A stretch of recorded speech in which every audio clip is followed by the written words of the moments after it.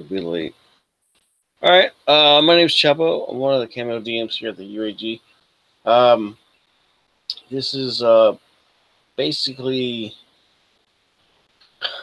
we just had Pantheway characters and the Kobe characters team up to take down Shinzo, which is a demon lord set 50 years in the past from the current timeline. Uh, Pantheway characters kind of did like a time warp, sort of, and went back and teamed up so that way they could get the crossbar, which is part of the scales of balance to kind of help uh, eliminate the chaos magic problem that we're having, or the plague, or whatever, if you want, in the area. And they just finished. They happened to defeat Shinzo, not without a cost. A lot of the members did fall. Some of them did die, and with that, had a lot of mixed feelings and stuff like that. But the fight itself wasn't supposed to be easy. But with that, I'm gonna have everybody introduce themselves, and when Alex number 2 comes in, we'll have him introduce himself. So right now we'll have go ahead and have Mike introduce himself and his character. Hello, name's Beandar. Or it's not Beandar. My name's Bender. Sorry.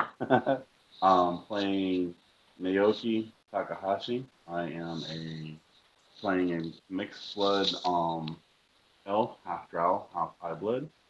A long story. Not really, but learning to become a monk of the 4 elements, and I'm a vassal underneath the Prince Takahashi. Next we'll have Clack and or Dell and her 2 characters. Hey, I'm Dell. I'm playing Clack. He's a little kobold divination wizard, and he's part of the Pantheway campaign. And the character that I played for the Kobe side of things was Whisper, and she's a Shadow Monk Tiefling. Okay. Then we have Alex Newton. All right. On the Pantheway side, I'm playing Orn Faithus, the leader of the Platinum Wings. Paladin and Divine Soul Bahamut. He's traveled back to the future, and we arrived at Kobe not too long ago, and he's trying to help everyone kind of cope with their near-death experiences against the Demon Lord. And on the Kobe side of things, I'll be playing Elania Songbreeze, also a vessel of Hiatsu, now Lord of the Kobe, land of Kobe. And she hopes, and this is Platinum Wings Day, so she is definitely helping the citizens remember what happened 50 years ago. All right. Then we have Sandra with her 2 characters. Hey, my name is Sandra, and my Pantheway character is called Sergeant Yuna Protego. She is a Protector Asimar and a level 6 Cleric of Life and a Divine Soul Sorcerer of Helm, level 3. And she just kind of got the group also back together, acting somewhat like the mom for some sorts for the Platinum Wings, and caught Paloma back in and got everyone ready, or like at least Paloma and her ready to go out on the streets and like face the festivities, which is really still unusual to her because she's never really been part of something that big. So that is her, and I'm gonna play also Kiara Torin. She is a half elf rogue. That's my Kobe character. She was there. She did not go unconscious during the fight with Shinzo, and she like saw everything. And she's a flaming blade dancer entertainer, really like a sword dancer. So during the festivities in Kobe, she's definitely gonna put up a show and probably gonna be playing a major role in like some sort of enactments of what happened that day. All right. And we have Brendan and his two characters. Brendan, I'll be playing both Rusty Rustling Leaves, the monk rogue. I don't even know what the hell he is anymore. He is Not a reskinned Kenku. Kenku, thank you. A Krokra. He is who he is. Yeah, no, he's half and half. He's pretty big. Yeah. Anyway, he's still recovering from dying, which was kind of rough on him. Also playing Harlig, who is now a level 5 life cleric, a hill dwarf life cleric, and she was happy to die. It wasn't a big deal for her. Just another experience, huh? Okay, then we'll have Will with his character. Yeah, my name is Will. I'll be playing Crimea River. He is a Bladesinger paladin who has got a shady background, but he was hired out to help with the final showdown as it was. Unfortunately, I had to duck out last game, so I haven't seen the rest of it. I'm not sure whether he's dead or alive. You are alive. Everyone is. Yeah. Everybody. Yes, I survived. Okay. And then we have Alex Blanco. Go ahead and introduce your two characters. Love the pick, by the way. Thank you. Felt a good change. Felt this was the right moment for Paloma. Well, hi. Hi, guys. I'm Alex Blanco. Alex number 2. Y'all know. I will be playing Princess Paloma Windrunner. She is an Aragonasi level 7 monk now, way of the 4 elements. And level 2 druid, Circle of the Moon. Very spunky, very energetic. Was kind of scarred by that last game. Just seeing all her friends and allies die, and just think that, they're biting more than they can chew at this point. But just trying to learn and live with that at this point. So we'll see. This is a new chapter in her life. Okay. So. Oh, second character. Sorry. Prince Kage. He is the heir of the throne in Kobe. I mean, we are now in the present, so he is current king at this point. And yeah, he is who knows what level character he is at this point. I don't know. You take over, Chapo. Yeah, as Lord Kage, you are actually a level 20 fighter, feudal lord. You are not. You own the province that you are in, but you do answer to an emperor, which all the 7 provinces do. But by far, Kobe province is the most wealthiest and the more well-to-do. And not because he has special privilege, but because by deed. And if everybody could, so when at the end of the fight, and you guys came back through the wormhole back to our time, you were transported to the castle of Lord Kage, and it was nighttime, and so you really didn't get to see a lot of the land, and you didn't get to see the people and how they reacted to you guys and all that stuff. So when you woke up the next morning and everybody had their chance to rest, it's only then that you noticed the change. And for the Kobe characters, you would notice in the next 50 years from where your characters were left off, 50 years younger, that the land prospered greatly from the Platinum Wings coming in and helping you guys get rid of Shinzo. Shinzo was very oppressive, and he was bringing forth a lot of bad omens and a lot of sickly monsters that were coming in the region. And not only to the Kobe province, but to all the other provinces too. But it just happened to be that Shinzo picked Kobe as his base of operations, so to say. And with some of the first couple of sessions where Prince Kage was actually cursed by Shinzo with their first meeting with the Lizard King or whatnot.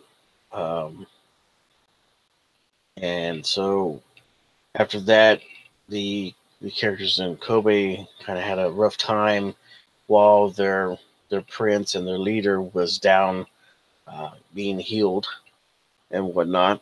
And so after that happened, we had all the fight and everything. The next 50 years showed a very promising and fruitful time era for Kobe, whereas the emperor showered the region with resources and commerce, and the city of Kobe itself almost quadrupled in size, along with the influx of adventurers and such. You also had the ire of the other feudal lords, and so there was war with a lord in the north, which we'll get to that later on in the Kobe Tales if we take it further than where it is now, which I hope we do. And so you are where you are now, where Lord Kage, the older Lord Kage, is 50 years older, along with the other characters that were there with him, which I believe they would be, and they would last 50 years, and I guess eventually they would retire and get into their own professions as far as where they want to be when they retire. So for the Pantheway characters, it was actually just like, hey, let's go do this, and next day we're back here. And Yesterday. Yeah, so yesterday we just killed this demon lord, and so for you it was only hours with the time passing, but with the Kobe characters it's 50 years. So a lot of catching up has to be done eventually there.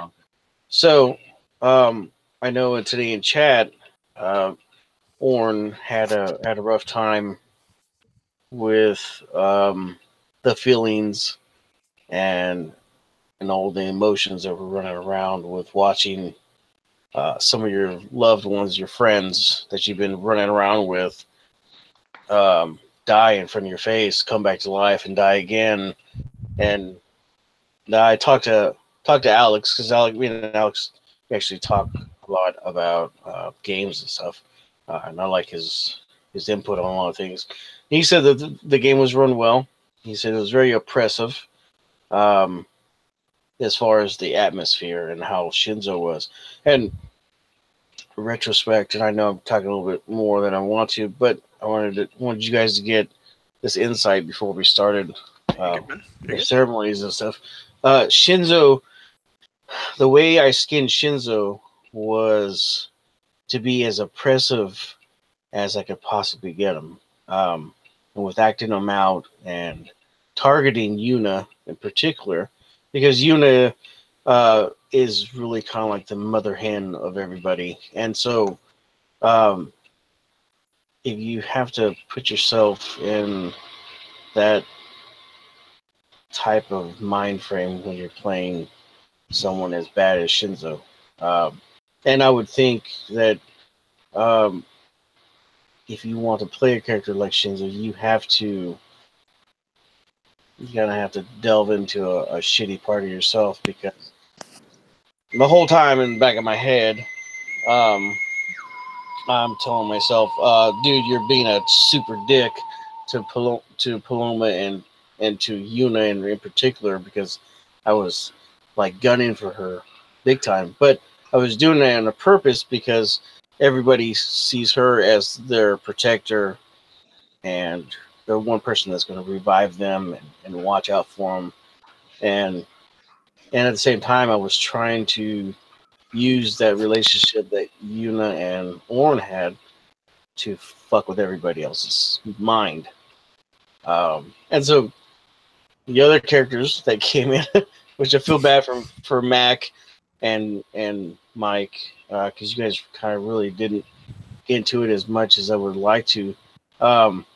And I kind of Shinzo was kind of really higher CR than all you guys put together, but at the same time, this needed to be done so we can get work going as far as Airwood in general. So I tried my best. I made lair actions that would always be oppressive and always do damage to you guys, no matter what. If you guys were handing the other two NPC bad guys asses to them. So the quick guy you guys took care of pretty quickly, which I was very, very pleased, and I'm very pleased as far as the GM, because both you groups as teams, you guys fucking rock. You guys get in there, one of you guys will give him a status effect, and then everybody else will hammer him and set it up, and then Orin will just come in and just fucking lay waste to him, usually. Or on the other side, it would be fucking Kage coming in and just laying waste to him after everybody else has had their time at giving him hell. In which I really enjoy is one of the things as a GM playing with you guys at the UAG. Yes, you guys' characters are fucking fantastic, and they all have their own lives, and fucking I love doing this.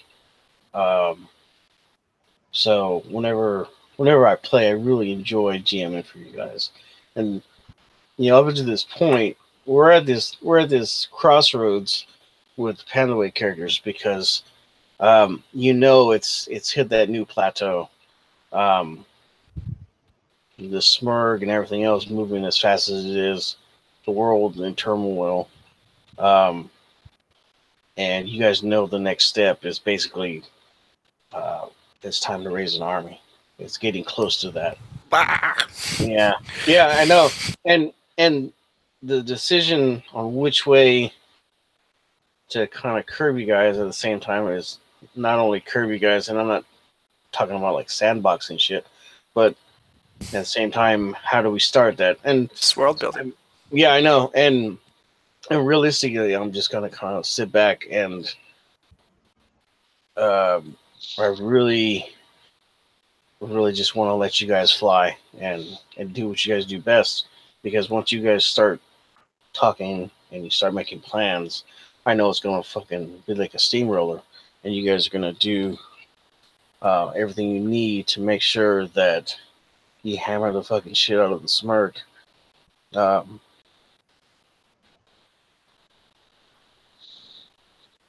And so with that, each one of your guys' characters, the progression as far as the story and everything else,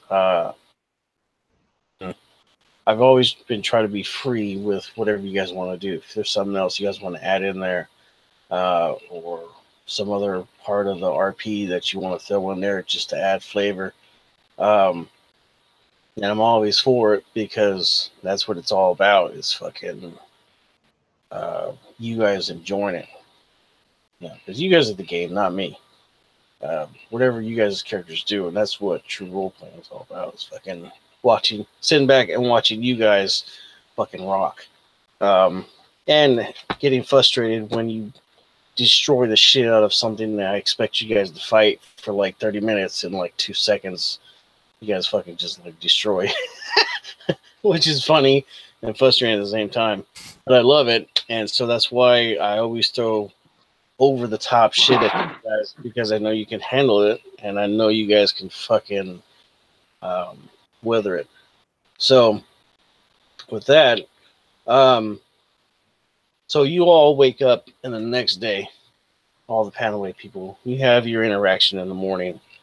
And the one interaction that hit me the most watching in Discord was when Orn brought Clack over to the window and lifted him up and said, look outside and see what these people are doing. And,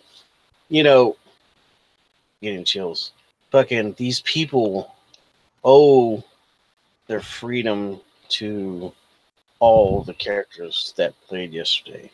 Whether you had a big role in defeating Shinzo in the end, or just you were just there, just the point that that you were there is big enough. These people celebrate you all, and don't get me wrong, the Kobe characters have their own day too, and that'll come in another session. But as far as the Pantheway characters, the Platinum Wings, this is your guys' day to fucking shine. And like in the Discord, there's kids running around in rusty suits. There are kids running around in they're cosplaying every one of the characters of you guys. There's toys, action figures.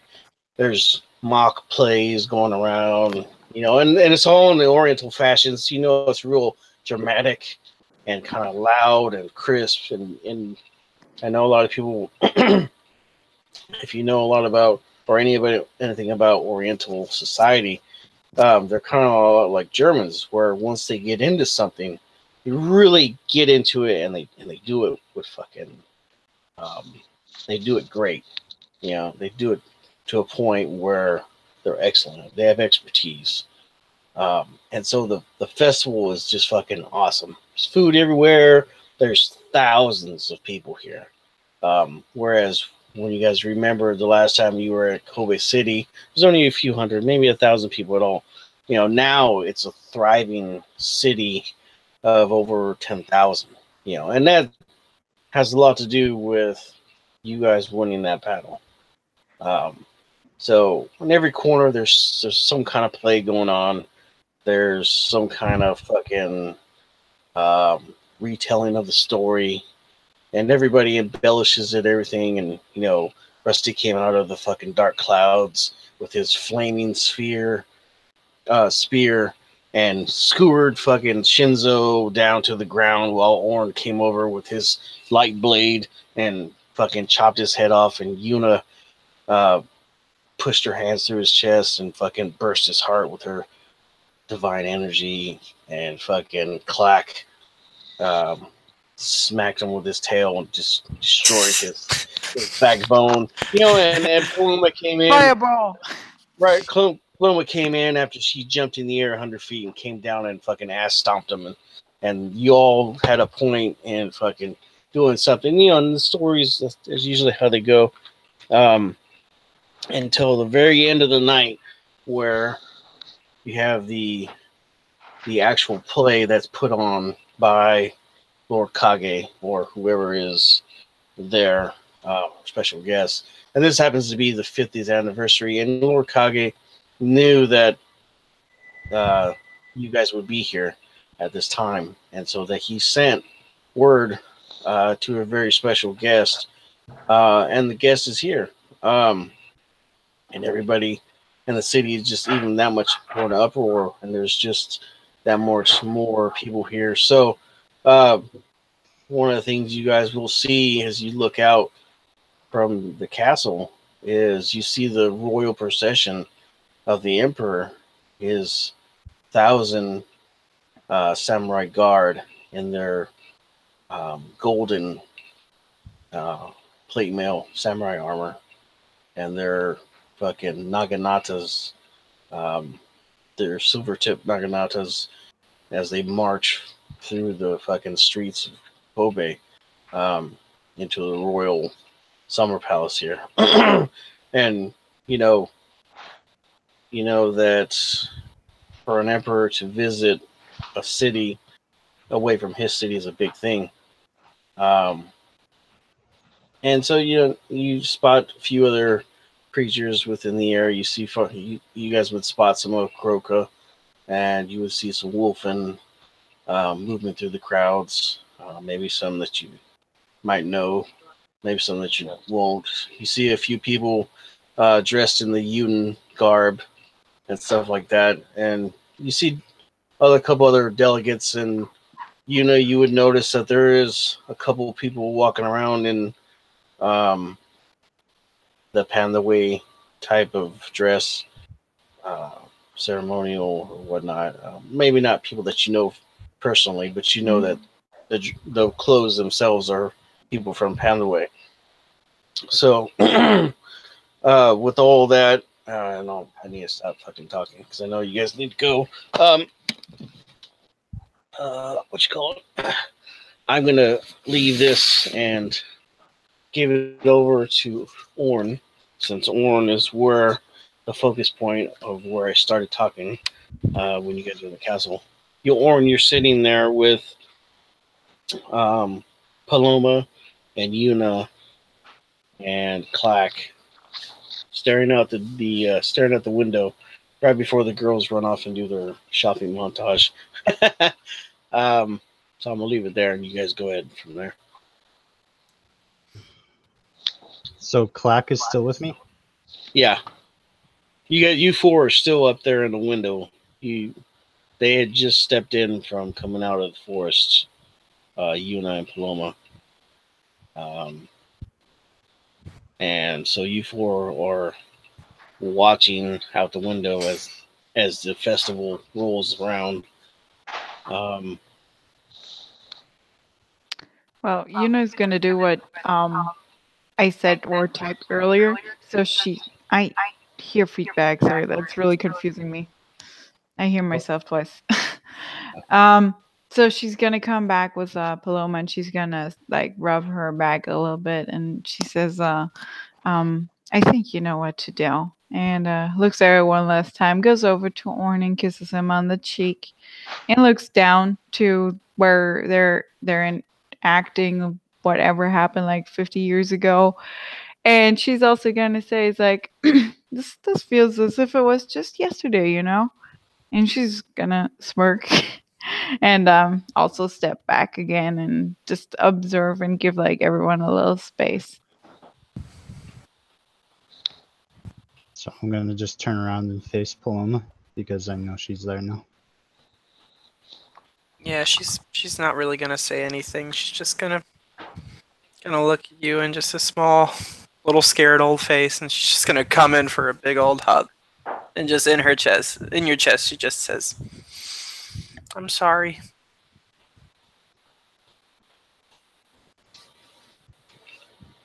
There's no need to be sorry.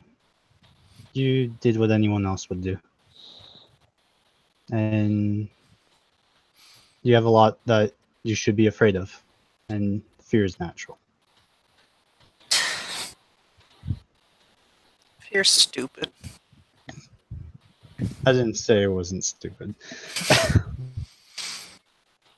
But this is seemingly our day. So why don't we go spend it? Hey, Yuna, Yeah, Paloma, what is it? can we go shopping montage? Yeah, we can. We probably should be like dressed appropriately, and I need to clean off my armor anyway, so Yeah, I gotta throw out this dress. It's a mess. might as well. some of the It's retainers, out of season anyways. some of the retainers will offer you guys kimonos. They're not actually special, but they're comfortable and they're clean.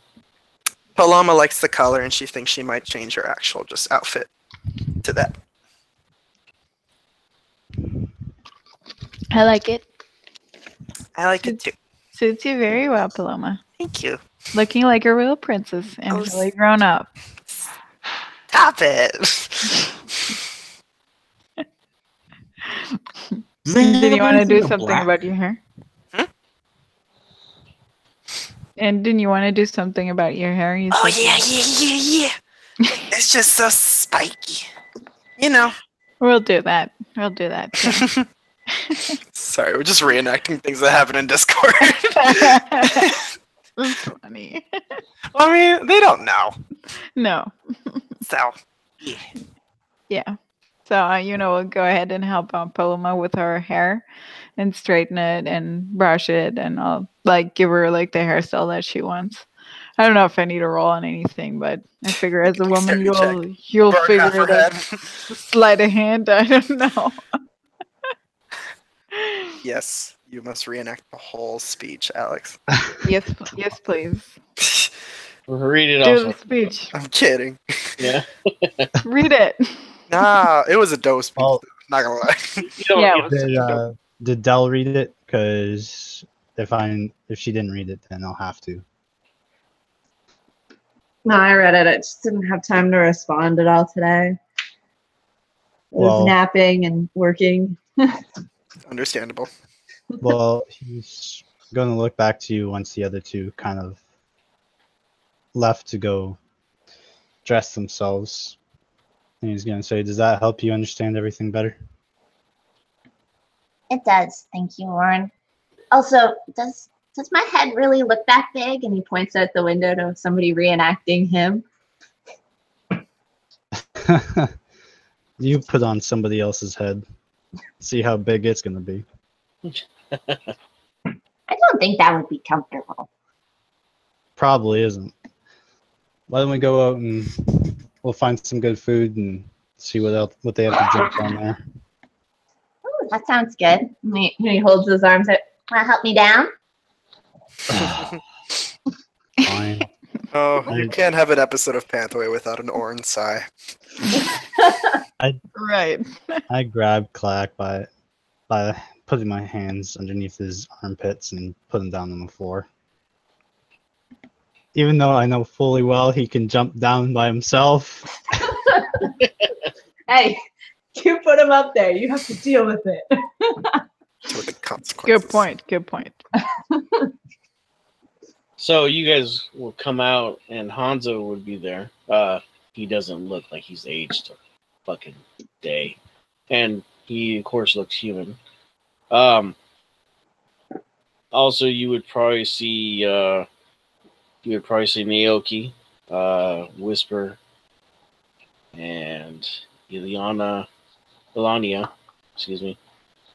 Kiara, I think, may not be there. She might be performing. Yeah, she's gonna be performing or getting ready for a big performance if that's Yeah. gonna happen. Yeah. And of course, Kage is 50 years older, and he is now the feudal lord of the area. So, He and a spring chicken. yeah. So I'm gonna release you of having to worry about playing him, Alex, for Thank the time you. being. And I'll just do that whenever we need to. But as far as Hanzo, he says, "Hey, how are you guys feeling? A bit different, right?" It's a lot different, Yeah. especially from when I remembered it before. He says, "Well, that kind of happens when you drop a dose of freedom and peace of mind to a whole country." He says, Do we alter it that much? Yeah. He says, "I know it doesn't seem feasible, but you've seen how hard the fight was with Shinzo and how oppressive he was. His oppression was starting to leak out into the other provinces. And so, well, with all we did, we freed this province of a very heavy burden." I'll look down the Clack and nod my head. See? Yeah. He says, "Oh, we have doubt?" He says, "Master Clack, have no worries, for everything you did yesterday has dividends quadruple fold." He says, "You see all these people? They're here celebrating what you guys did yesterday." It's just hard to believe that much changed in so little time, at least for us. He says, "Well, if it was here in this time yesterday, well, it probably wouldn't be that way. But it was 50 years that you guys traveled back here to our time now." He says 50 years is a long time to change. He says, the Shinzo gone, the trade routes opened up. People were not afraid to leave their homes anymore. and the emperor showered, or not so much showered, but he poured a lot of resources into Kobe because Kobe was or is, the light of the empire. Um, he has his own summer palace here that he visits every so often. Um, he says, and one thing that you guys didn't know, that I'll tell you, is that the emperor himself is actually a the ancient gold, and he'll look the on and says, "You know what that means." Um, so everything that you've done definitely helps him and helps the whole empire as a whole. So he had a very big impact on this area. Ancient gold, as in ancient gold dragon. Oh shit! Yeah. It'll Hey! be- The emperor, yeah, he stays in human form for the subjects, but in his by himself, he reverts to his own form. Um, it'd be nice to meet an ally for a change. says, yeah. He says, once Chapel figures out what his name is. But Well, I Go say, ahead. why don't we enjoy the he says, yes. celebrations? He says, yes, please. He says, I could announce you, but at the same time, I wanted to let you guys have that freedom of not having everyone within 100 feet of you crowding you. So just enjoy the day. They'll probably ask you for your autograph because you you play the role of the famous Plano Wings very well. You look a lot like them. Wonder how they believe that. I don't know. Somebody 50 years ago had done a painting, I suppose.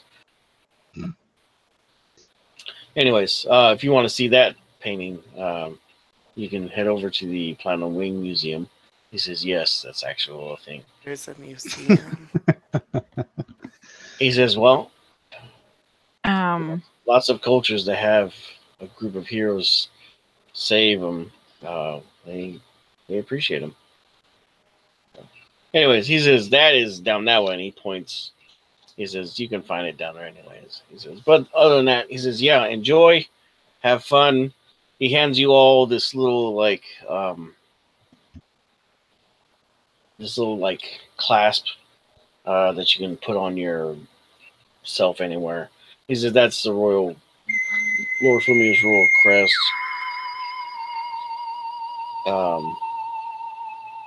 Sorry about the noise. This is that way, if you come up to any of the stands, they won't charge you for anything if you're hungry or whatnot. He says to a point, he says they still have to make money on things. They will give you a good discount though. He says, but please enjoy, have fun, it's your guys' day. So yeah, there's rides, there's places where they do like crafts, like paintings of people and stuff, and everything that a festival would have. Different foods from all over the different provinces, and you see some people are doing dancing and stuff, and you see somebody that looks very, very familiar, but you can't see their face. They're wearing a mask and they're doing fire dancing with some swords or something like that. But just the way they move seems familiar to you all, but you can't place it. Other than that, there's no shortage of attractions and shops. Definitely plenty of shops and all other stuff and stands and whatnot. So I'll let you guys do what you guys want to do until you guys are ready for the evening. Just let me know. Shopping montage. Shopping.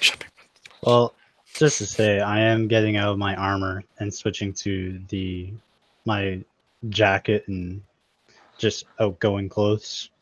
still gonna carry my Dragon Slayer katana just in case I get into a fight, but I'm not gonna be wearing. I'm not gonna be wearing anything else. Yeah, you see a lot of Orn cosplayers with a sword strapped on them, but it's not really a real sword.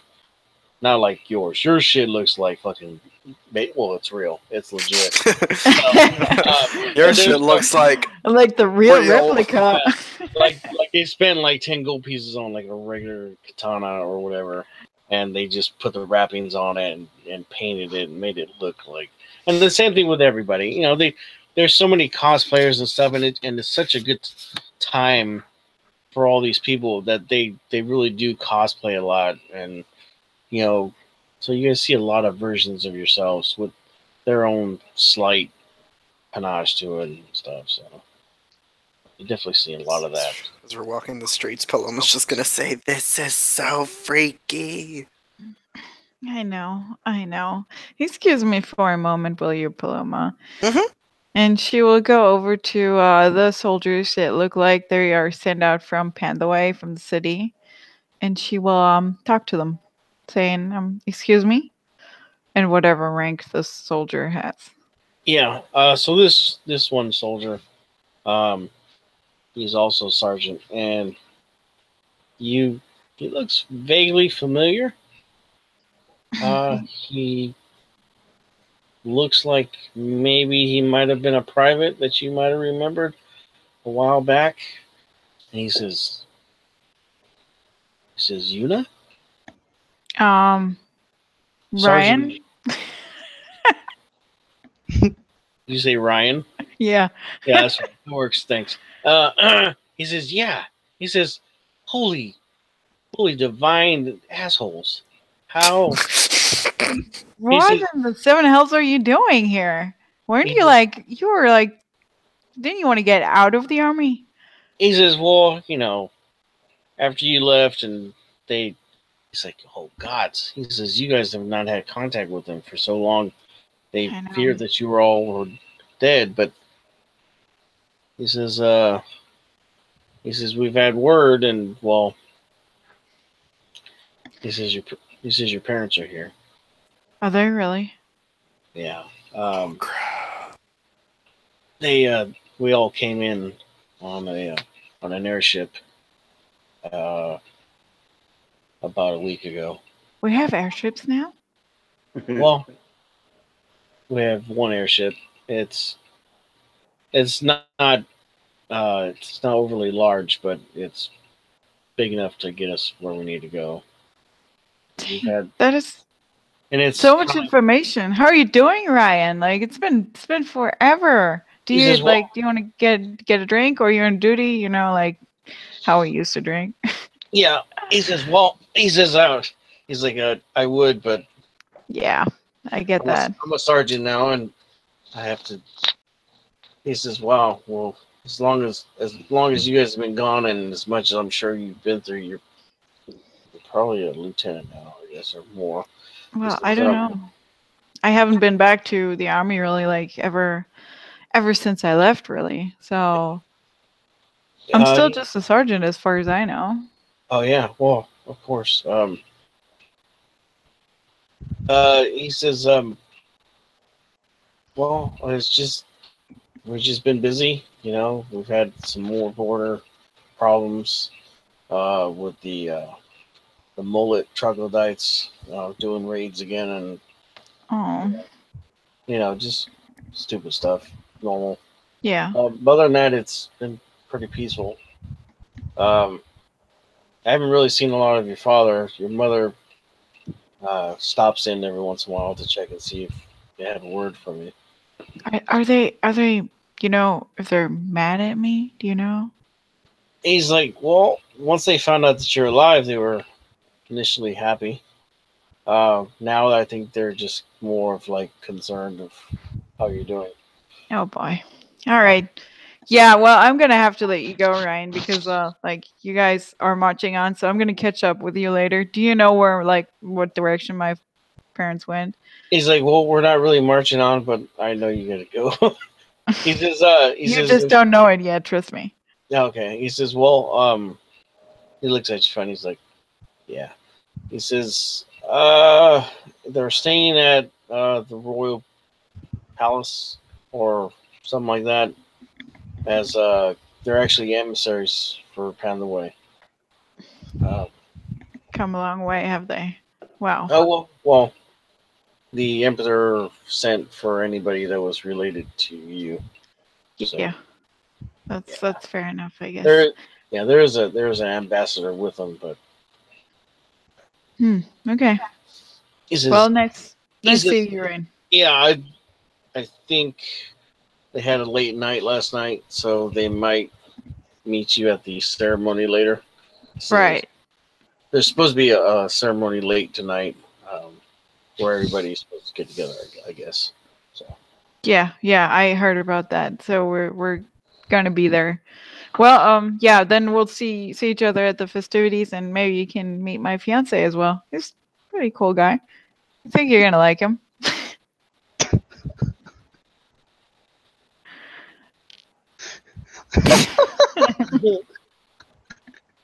It's just funny in my head. Oh yeah, who is he? Oh, he's just my boss.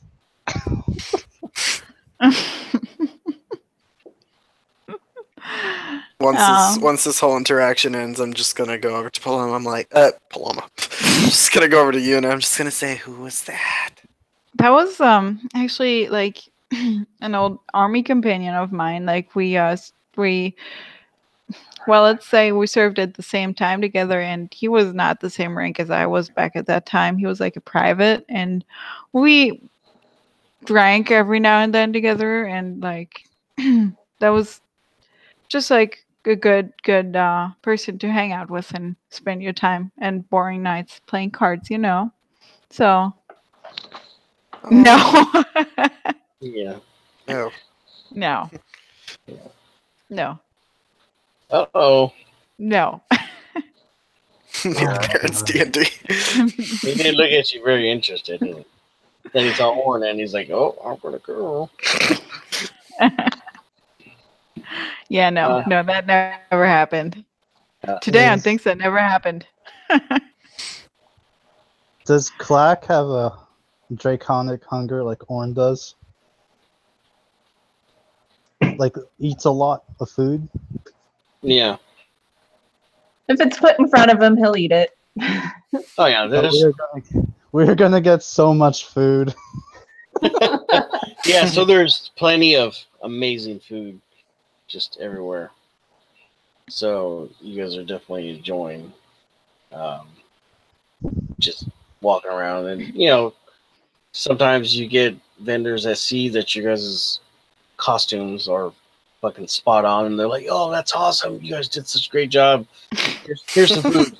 I'm sure you guys are tired from taking taking quick sketches with people and stuff, because they actually have like little dudes walking around with like pads of paper that they'll do quick sketches with self sketches. Yeah, like people tell people like people will pay like some money to get like a quick sketching. So, well, if we have like a short moment still, like before that begins, we'll also go ahead and kind of stray like to the sides of where all the festivities are, to like where people, not that rich people, are, and see if anyone seems sick or anything, and just like lay her hands on them and cast like several cure wounds and lesser restoration, and basically speak a few prayers and help them. surprisingly, you really don't find that many. That's good. And Walt, that's one of the things that Lord Kage is. The other Lord Kage, the Elder Kage, before he passed, was known for was being so generous and a kind and loving Lord. And I guess it passed on. It passed on to the next Lord Kage, and you notice that there's not many poor people. There's you seen one like really ragged old dude, but I think he was like cosplaying something or something like It's that. just a costume, man. It's just a costume. Yeah, I think his name was like Alex or something. But anyways, he's like, the show must go on. I must go. Leave me alone, people. I have rehearsal later today. Yeah, he's got this fake ass beard on. It just looks like moss. Yeah. But no, He's like, I must get going to see the show, like where they have almost the real people. And I'm like, yeah, okay, bye. Okay. so you Feel see attacked. you see people that are very elderly, and you come up and you lay your hands on them. Like, oh, thank you, we appreciate that. We're just old. We have old bones. They're actually human, and they look just really old. You know. Ain't no cure wound's gonna heal this one. Yeah, no. He's like, unless you can make me some new knees or a new back. Oh, this is really okay. more about the gesture that I'm Yeah, well, you know, they appreciate it a lot, you know, and they really are thankful that you did that. They feel better if you see them. They're like walking around like, yeah, we feel good. And you're like, oh yeah, you know. And he sees an old couple and stuff, and they just run around. She's like, check this out, and she starts doing some flips. He's like, what the hell did she do to you? And he's like, wait a minute. And you see he gets like this. He gets this crazy look in his eye, and he's like, wait a minute, let's get a hotel room. Oh, no. And they run off to a hotel room. These two hunchbacked old people probably look about 100 years old. Okay, cool. I won't Let's produce go anything back. disgusting. No, you ain't gonna. Let's go back to Orn. Cut back to on. Me and Clack are just sitting on just walking around, just eating a bunch of food. Graceful as always. Like, all this divine energy can't come from nowhere. Right. Like hibernation, stockpiling all the food now. I imagine it like Goku eats. Just shoving it in. Oh, Oren, I don't think we've tried that yet. Look, it's on a stick. It's on a stick. It's on a stick. Yeah. So, give me a second, guys. I have to get my charger. So if you guys want to take a 5-minute break or something, so I can grab it. I'll be right back. No, we'll role play. No. All right. Well, then you guys enjoy, and I'll just be a mute. Right. They're just gonna go window shopping at this point. I don't even know how we're gonna get Naoki in here, because Oh gosh. He's already in the city, isn't Yeah. he? Yeah, he's already there. How do we get to roleplay with him until we get there, obviously? But where is he at? I thought we were like literally able to see him.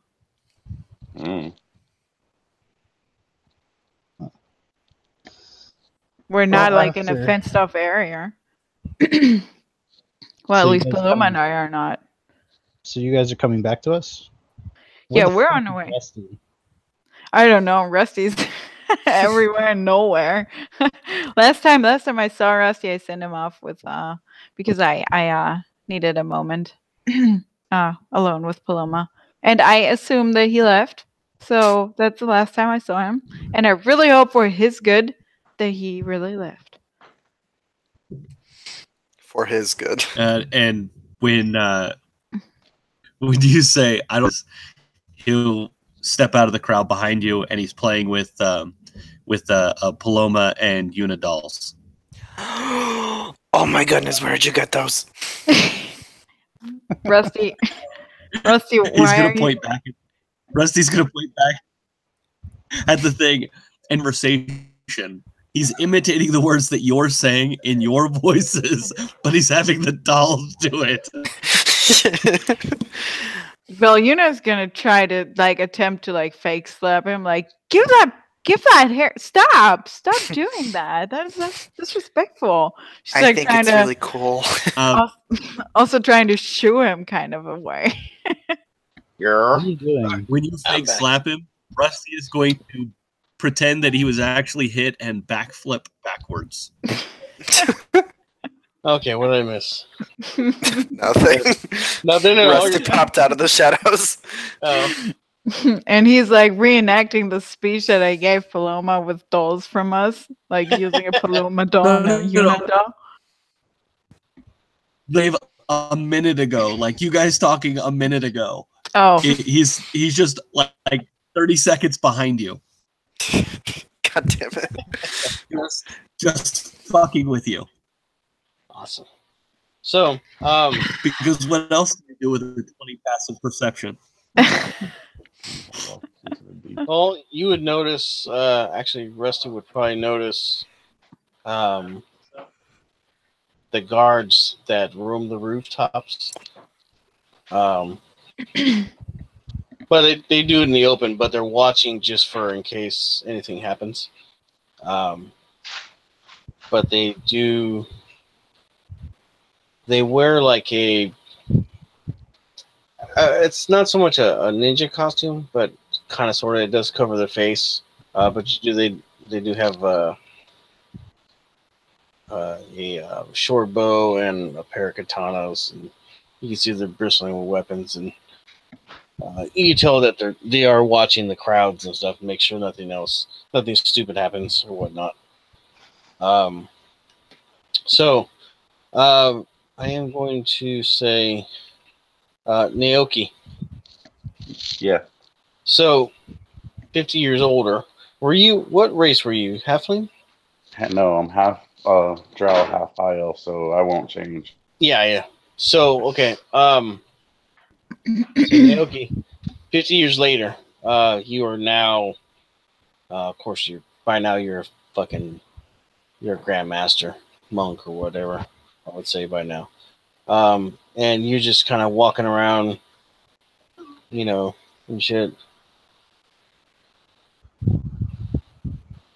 What I had texted her or put in the chat earlier was that he was basically kind of performing for the kids and kind of having like water and fire dragons chase each other around.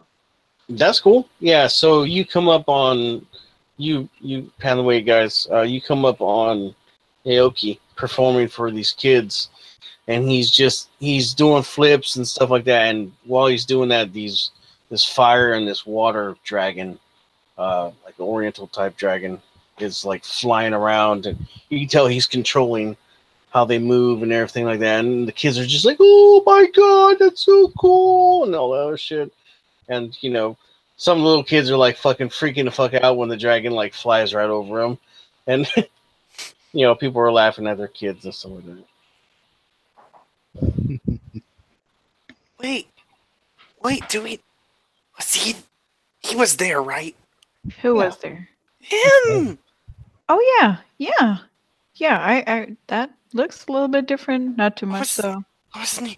I think his name was Naoki was just shouts in the crowd. No, Paloma. Oh my god, she's face palming. Yeah, so from the crowd you hear this naked. Naoki looks around trying to find his friend Johnny because he thought it was Johnny for a moment. No, it's not Johnny, but you do spot. It sounds similar. Yeah, you do spot the 5 Pantheway people, or 4, since Rusty is probably flying around. But actually, no, you do see him too.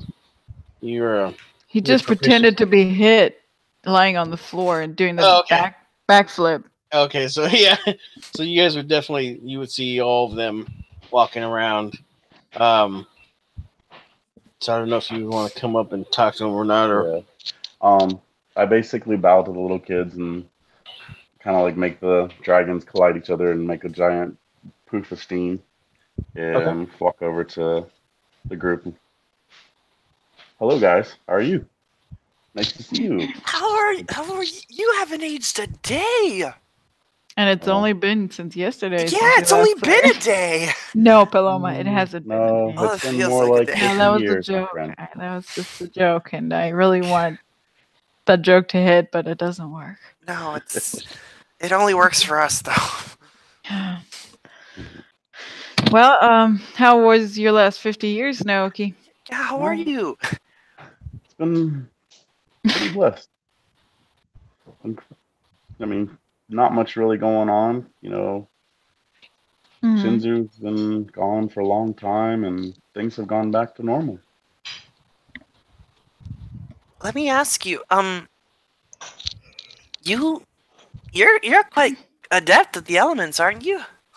Well, Here when we you have go. 50 Shush! years of Let me training. do my team. This is what I'm supposed to do. Papa said to learn. I'm learning.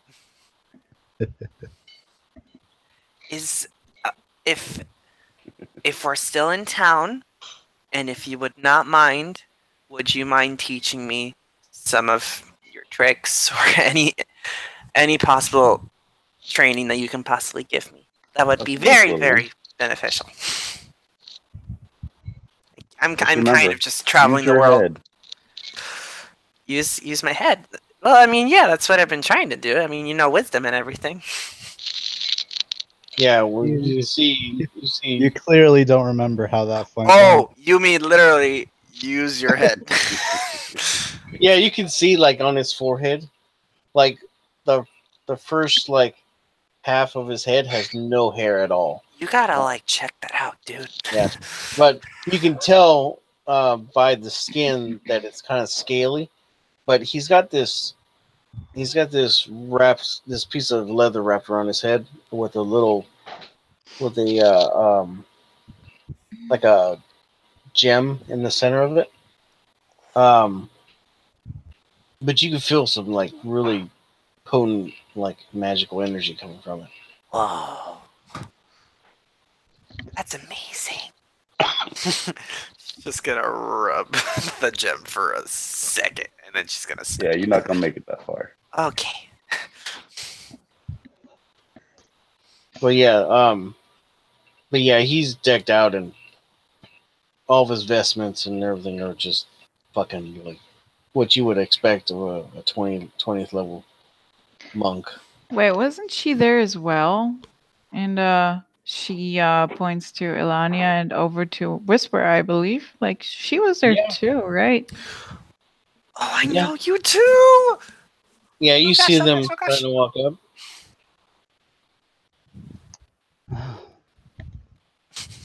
Well, it's been a while. Wow. Oh, you're so pretty. Oh, I love the hat. Is Alania Elvish blood or? Half elf. Oh, okay. So Well, she's yeah, aged, but she's not like old lady or anything. No, I didn't know. But yeah, you can tell that she's definitely got more beautiful as she's aged. And same thing with Whisper. Is Whisper a woman or a man? I can't remember. I think it was a woman, right? Woman. Tiefling, right? She Yeah, was she's a a bard. tiefling. She a bard or? She was a monk as well. Like she'd be a lot like older looking than anybody else, I think, because tieflings tend to just be slightly older than humans. Mm-hmm. Okay, so yeah, so she seems to be about the same competency as Naoki. She comes over. I would guess she would probably like tap him on his chest or something, like as if they are old sparring partners, which I'm sure they probably are. So yeah, you come up, you guys go ahead and talk or whatnot. It's just How have you two been? How have the years treated you? Pretty good. Being Hiyatsu's vessel is has its interesting moments ever since he's gone a little senile. Vessel? Does that mean you're married? No, it just means I'm his servant. Oh. Oh, I'm sorry. Yeah, until the day he dies. That Can't be is all that bad. very loyal. And how are you? Feeling good? Well, I mean, it wouldn't be so bad if he thought he could, if he stopped thinking he could go to war every now and then. yeah. Let me pause you guys for just a second. Well, hey, Thorak. I mean, Brendan. Sorry. No worries. So Rusty would be, you would be presented with a in the ceremony later. You're gonna be presented with a like this chest piece that fits over you, and it looks like a phoenix. Okay, and what it's gonna do Okay. is it kind of gives you wraith powers, but instead of it being shadowy, it'll be fiery, and it'll double your speed and give you kind of like this flaming dive bomb strike. We'll figure out the mechanics of it later. It's going to Okay. up your AC and your to hit and damage bonuses and stuff. But I know that you were looking. I know you're looking for some other stuff also. So Well, I know, and that was just ideas. 'Cause So I think that the amulet of health is not an attunement item, right? It Or is. yeah, I don't need. It is? I'm not worried. I've got an open attunement slot Okay. because I don't need the goggles of the night harpy. I took the warlock devil's sight invocation. Okay. Well, the item I just gave you is the legendary item that everybody is gonna kind of get. You didn't hear that. But one of those items that you put in your Spoilers. Discord, you can go ahead and pick whichever one you want. It's fine with me, and just let me know later. All right, because I know you got to roll. All right, sounds good. Bye, Brendan. Yeah, sorry guys. Oh, Bye. you're good, man. See ya. All right. All right, Thanks take for it showing easy. up, dude. Bye. Appreciate it. All right, bye. So, continue with your conversation. Yeah, if he just didn't try to go out to war occasionally, he hears how the patrols go sometimes and how the neighboring provinces are kind of being douchebags at the borders. And he just gets all fired up and then thinks he just wants to go out there with his wooden cane sword. Not as young as he used to be. No, unfortunately not. He can still fight with the best of them, but just his body doesn't want to do that anymore. Well, I'm glad to see you're still around and that everything went well in those past 50 years. Thank you for helping us and assisting us in that fight. That was really necessary. Without you, we could not have made that. Oh, you don't need to tell me that twice. I just wish I was nearly as strong as I was now back then. It Well- wouldn't have been as much fun then. No, wouldn't have. And Whisper, how about you? What have you done? Well, I'd tell you, but then I'd have to kill you. Wait, what? Don't kill me, please. No shadowy business, I presume? I keep the underground flowing in this city. Oh, Well, I think we should not ask any more questions. yeah, I'm gonna stop now. Well, but I'm glad to see you're alive and well as well. Yeah. And thank you as well. And Naoki, thank you for your support. We really appreciate it. I bow to them. And Yoki, I'm gonna talk to you later. This isn't over. pat her on the head. Threat. Okay, little one. We're gonna talk. Well, it's actually a pretty cool picture. Aged Naoki. And Yuna is gonna go over to Orn. She's gonna look like at this whole table that's like emptied out with like dirty plates and empty with Orn and Clack. Like, did you eat all of this? No. Are No, you it was Insight like- check. It was like this when we got here, guys. Insight check. Yeah, no. you guys are lying. 16. Don't make me roll inside. I have plus 11. Oh, Paloma gets a 16 insight. So 28. Okay. No, I'm pretty sure that those Um, ones are 4. Yeah, we just had them. We just said we wanted them to see how fast they could possibly wash dishes in a given time frame, and Nice. Wow. We needed It to was present just dirty about to get- plates. Yeah. It was about to get started. It's fine. It's our day. We can eat. You can eat as much as you want, and as you get served still. But don't be mad if they don't serve dinner anymore because you ate all the rations. I would hope they don't serve rations. Well, you mean like I don't know the word for that. I don't know what the word is for Scraps. stored food. What is that called? Give me a second. Scraps. No. Leftovers. Vorräte. Here, there you go. That's German though. So Yeah. Leftovers.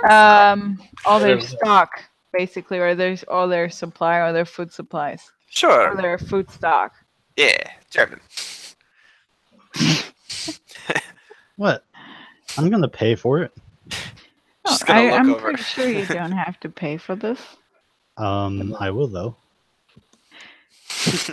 They walk over. Paloma's just gonna. Oh yeah. Go ahead. Go ahead. Go ahead. Your money's not good here. Eat all you want.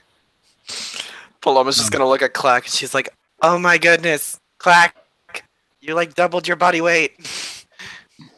I didn't eat that much, but it's okay to keep eating, right? And he'll pull like a stick of food out from behind his back where he was trying to hide it. How are you so You know- hungry? You know what? You She know has what? Pat him on the effectively head. given us permission. Yeah. You know what? Pat him on the head and say like, "It's okay. It's okay. That's what it's there for. Otherwise, it's just gonna go to waste anyway. So might as well have it. Have at it." There's like 5 plates here, Yuna. Shouldn't we like restrict them at some point? No. Mm-mm. No. Five plates, 7 bowls, When we head out, they're gonna Like be a so dozen. bloated. a dozen sticks, Ow. 3 cups. They're gonna be so bloated the first time we check out. Like as we're walking, they're just gonna be like, "Whew, give me a minute." I know who's gonna take a good nap during the festivities and the screenplay.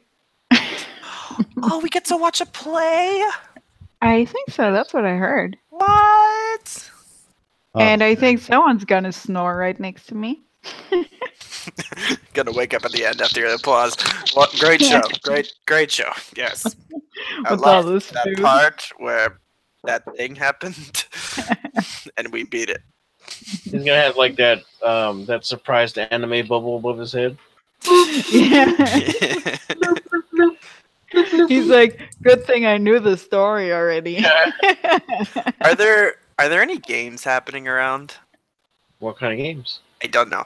Fun games. D&D? No,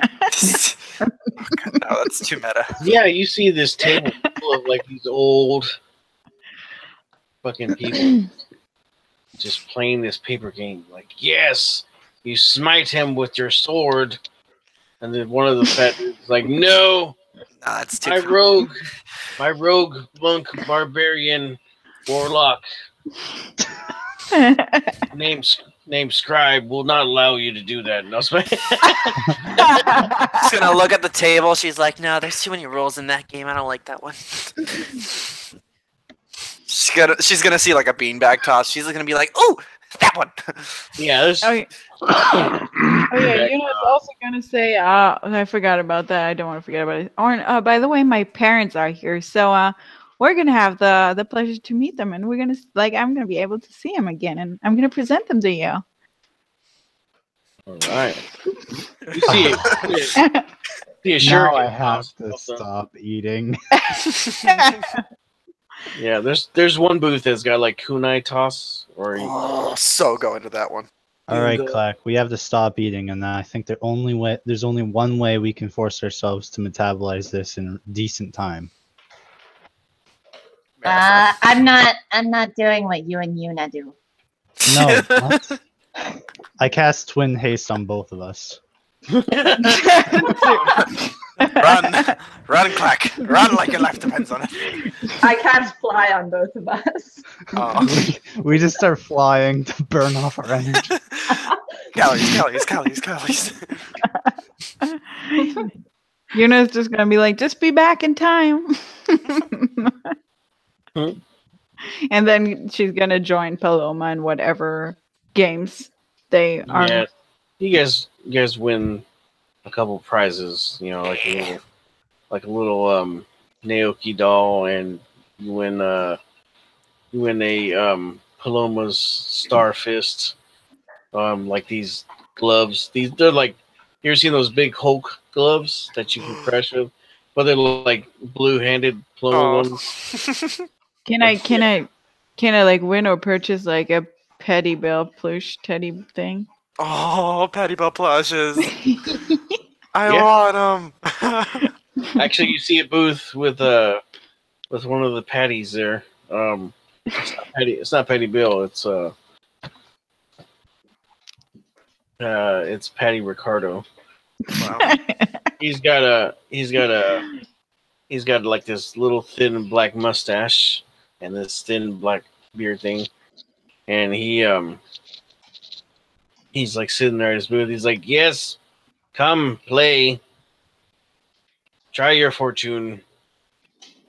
And you're like, "Oh, I've never seen one of these dudes talk." But he's like totally like the outcast of the Patties. He must be.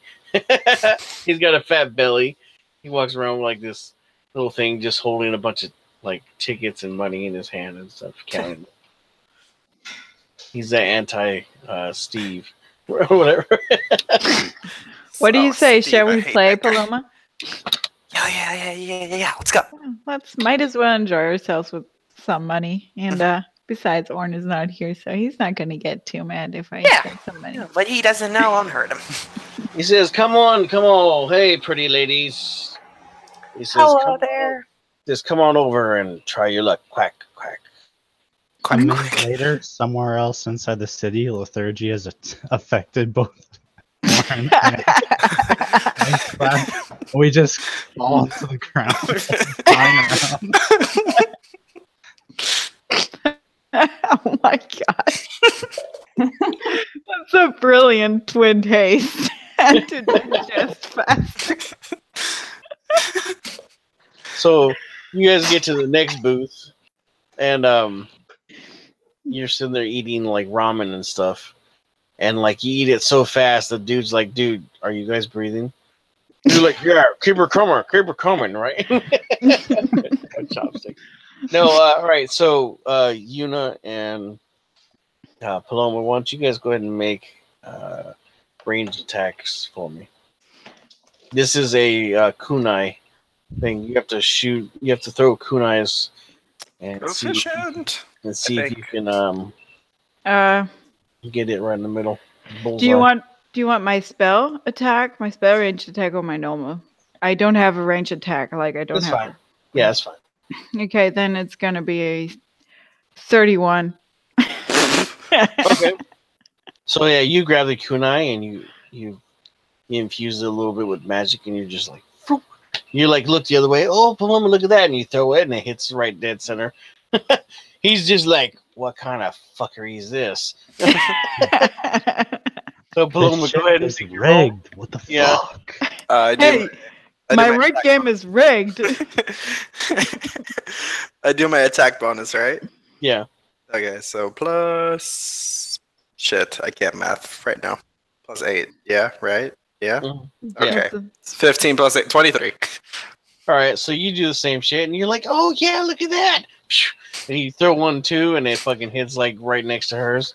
And he's like, "Fuck this shit." What is this? Stands closed. He's like looking at you, but he's like hovering off the ground like a foot, and he's probably about 3 feet tall. He's like, "What kind of ass shit is this?" He's like, "What prize do you want?" And you know, they've got a bunch of different stuff. They've got a Patty Bill doll, and they I got. want Patty Bill. All right. So I you want get the biggest one. Yuna's gonna ask if he likes our costumes. He's like, "Yeah, they'd be awesome if they were really costumes." He says, "I know who you are." Oh. He says, "But I'm not gonna get all because you got the real thing." He says, Fair my brother told me about you." Who's your brother? Patty Patty Bill's your brother? and Steve. Oh, I remember Steve. Do I not? Was he not with Jubei? Oh yeah, he's with Dad. Oh, Wow, wow. Well then, name the price for the doll because Paloma would like to have a Petty Bill doll. We don't want to pull you He's over like- the counter. He's like, yeah, everybody wants Patty's doll. Nobody ever wants mine. And you look at his doll, and his doll it's sitting on like this couch with its belly hanging out, eating with a little tub of like fried Man. rice. I'll Oh, take it. I'll take it. He's like, all right, cool, thanks. He's like, I'll give you the best one of the lot, and he actually hands you one that is actually a little bit heavier than the other, but it's made out of leather instead of like cloth. He said that one's special. Oh, thank you, Petty Ricardo. Did you say? He says, my name is Ricardo. All right. Thank Ricardo you. Bill. Yes. And how much do you want for this? He's like, you can have it. You guys. Thank you. And Paloma got Patty Bill. Yeah. she's hugging it. All right. Just Paloma. realized that I could be talking to freaking Patty Bill this entire time. Yeah. Well, It's just been a meat shield. yeah. Patty Bill doesn't talk now. He just. Oh, wait, but I got to speak with animals stuff. Ricardo's the only one that does. And Steve. I can Yes. speak with. Steve can say quack, so that counts. Mm-hmm. Yes, he literally says it. Yeah. He says quack. Quack, quack. So you guys spend the rest of the day going through the stuff and everything. So we're kind of like winding down. So evening comes. I don't know if you want to meet the parents before you do the ceremony or after. What do you want to do? Well, I figure, well, there's going to be the ceremony and everyone has like their seats and everything is signed already. And there's going to be like huge stuff before that and everyone is freaking out. So probably after. Okay. Also, it'd be kind of more of a shock if they met me after, you know? Oh, Why? yeah.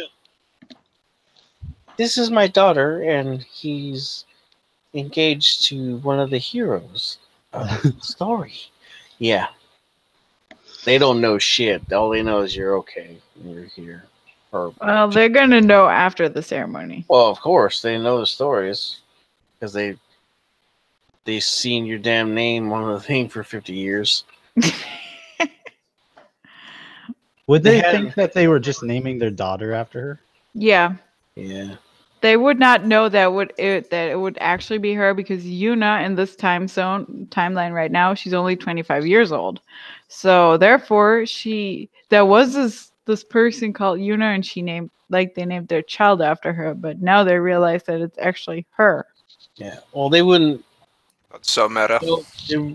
They wouldn't really know of the because Pantheway and Kobe really wouldn't be like talking Same about it. place. Yeah, they wouldn't have emissaries as they do now.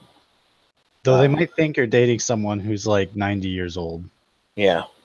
Your mom's gonna be like, so who's this old fucker you're supposed to be or something like that. Because they try to do as in-depth like biographies as they could of you guys, like throughout the 50 years, but they're totally wrong. So you guys like some of you guys have like been raised by wolves and other stupid shit like that. They embellish it, make it sound like it's awesome, and like Paloma has got like 1,000 brothers and sisters, which that really might not be embellished. That's not probably far true. off. That is probably true. And that her dad is like 30 feet tall and an air cloud giant Kensai or some shit. I wouldn't be surprised if he was. So yeah, that's Saturday. So Yeah. after the ceremony, let's do the ceremony first. All right, so you guys meet up with, or Hanzo finds you guys. He's like, "Hey, the ceremony starts in about half an hour, or an hour or so, depending on if you guys want to like get cleaned up and stuff like that." You guys are able to find you some nice, really, really nice like kimonos. And same thing for Orn and Clack. Even there's even a kimono or something like it if you want, unless you want to just go as yourself. They're like all dirty. Yeah, and then yeah, and like Rusty, they would probably have like something where they can clean his feathers or some shit. I don't know. Rusty did. Anyways, you guys get all cleaned up and everything, and you head over to the area. So the hall is actually huge. It's like an amphitheater. But right in the center, they have where they have like the royals sit, and you guys have been sectioned off an area for you guys to sit there. Oh, actually, you guys are sitting in your own table, like out in the middle of everything. You're right in front of the stage, and the emperor is actually his area is off to your right, and Lord Kage's is kind of next to his, and the rest of the feudal lords are off to the left. And then you have rest of the people can filter in on the other sides, and you see that there's been recent construction to expand it to get as many people as they can in there, and you can see some magic users flying around, invoking like light spell or like setting up like lanterns with a little bit brighter light, so that way the whole area is lit up, and it's not like nobody can not see. You know what I mean? Mm. It's basically like the light stage of regular theater. They can dim it and all that shit. So, anyways, play starts. They have somebody that looks really as close to you guys as possible, and right before they went on stage, you guys can see like there's somebody. You can feel like some magic going off in the back. If you guys had to guess, you're probably thinking maybe they did like a fucking polymorph or something like that to make them look a lot more like you guys. One did actually. So you guys did meet the producer of the theater piece, and he actually looked at you guys like very closely. He's like, "Okay." Great. He says, "I am." He says, "I'm a wizard by trade." He says, "But I do these shows, and I'm trying to get as real as I can, so they will look very close to you. Just letting you know." And he bows really, really, really deeply. He says, "It's a very, very most precious time in my life to actually meet you all." He says, "You have brought such life to our homes." He says, "Thank you." He says, "I was a small child when Shinzo was still about, and I am very grateful that you guys came and helped us." That's a cool thing. Nice digs, Paloma. Nice pink. There you Thank go. you. Sorry, eating food. What the hell? Paloma got to the snack table very quickly. Yeah. So, anyways, You found some scraps. yeah. Sorry. So, Just going to be wearing what he's been wearing all day. He's going yeah. in his So, armor. so you guys, hey, cool. That's like your chill armor.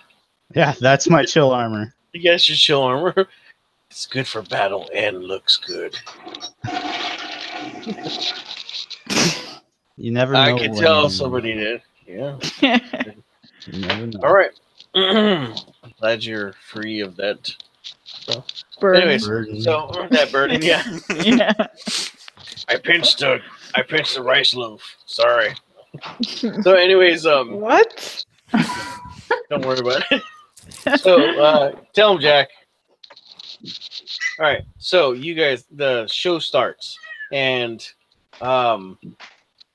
you can tell the actors are amazing. They definitely look just like you guys from. And you tell that the wizard, he had a wand on him, and he explained that he had a wand of polymorph, so that way he can change all the characters to exactly what they look like. And so they have actually they actually contracted a giant, a goodly giant, to play the role of Shinzo, because he actually has to be as big as he was. So overall, you would say that the performance rating, with if they had to roll, was like in the 30s. These people are fucking definitely like spot on professionals, and you guys are watching, and you guys are just feeling it, and you're living it too. And it's kind of, you get those moments where you remember what really happened, and it bugs you, and you feel that dread and all the effects, even the skulls coming in and attacking and all that stuff. But it's really dramatized. So, but the piece ends, and all the characters are they're bowing and stuff, and they bow to the emperor and to all the lords and all the people. And the producer comes out and he says thank you all for allowing me this this once in a lifetime chance to perform before true heroes. And he motions to you all, and so with that, Sorry. the emperor stands up, and he is wearing these gold robes, and he walks over onto the stage, and he turns back into a dragon, and he is enormous, of course, right? Because he's a fucking gold dragon. He says, and everybody's like, "Oh my god!" They're kind of freaked out, but at the same time, the love they have for the emperor overrides their fear, and they've seen him before, so they're not I tripping. wonder how that affect Warren. Huh? Nothing. Sorry. Smack yourself. All right. That's right. So, anyways, yeah, he turns to Gold Dragon. He says, my subjects. He says, these long 50 years has crawled by, even for myself being almost immortal. He says, but he says, today we do have a real treat. He says, and he looks down at you all, and he says, please come up here with me. And he motions all of you to get up and walk to him. Paloma waves to the audience. I'll Yeah. stand up. All right. I'll start leading everyone up. Yeah, so you all get up there. Oren's used to this sort of thing, so he's pretty confident as he like walks up. Yeah. Like make sure that Paloma doesn't fall over or trip or anything, and all this and all this excitement, and looks like after Rusty as well, and Cluck. And if Cluck's like too tiny, she'll just pick him up. Yeah. So you see your parents, your mother Lana and your father Richard, Protego, sitting in one of the section off floor, foreign dignitaries. You also see, you guys see now. You're thinking he has a higher rank than he did, Captain Mawson. You see him in there, and God, I forgot the name of the. Celeste and Yeah. Oh, what was the other guy's name? The one with Orn. Ruff, right? Yeah, Ruff. Yeah, you see Ruff, Captain Mawson, and Celeste over there. We also have Commandant Rion. Yeah. Elmster. Yeah, Elminster's over there too. Josephine here. Oh no. Herschel. Yeah, Herschel is overseen by Hanzo. But they do. Herschel doesn't walk up there, and Hanzo doesn't either. And was Kukuno Himasoto be there? Kukuna. Kukuna? No, well, she's there, but she doesn't go over with you guys. Jubei?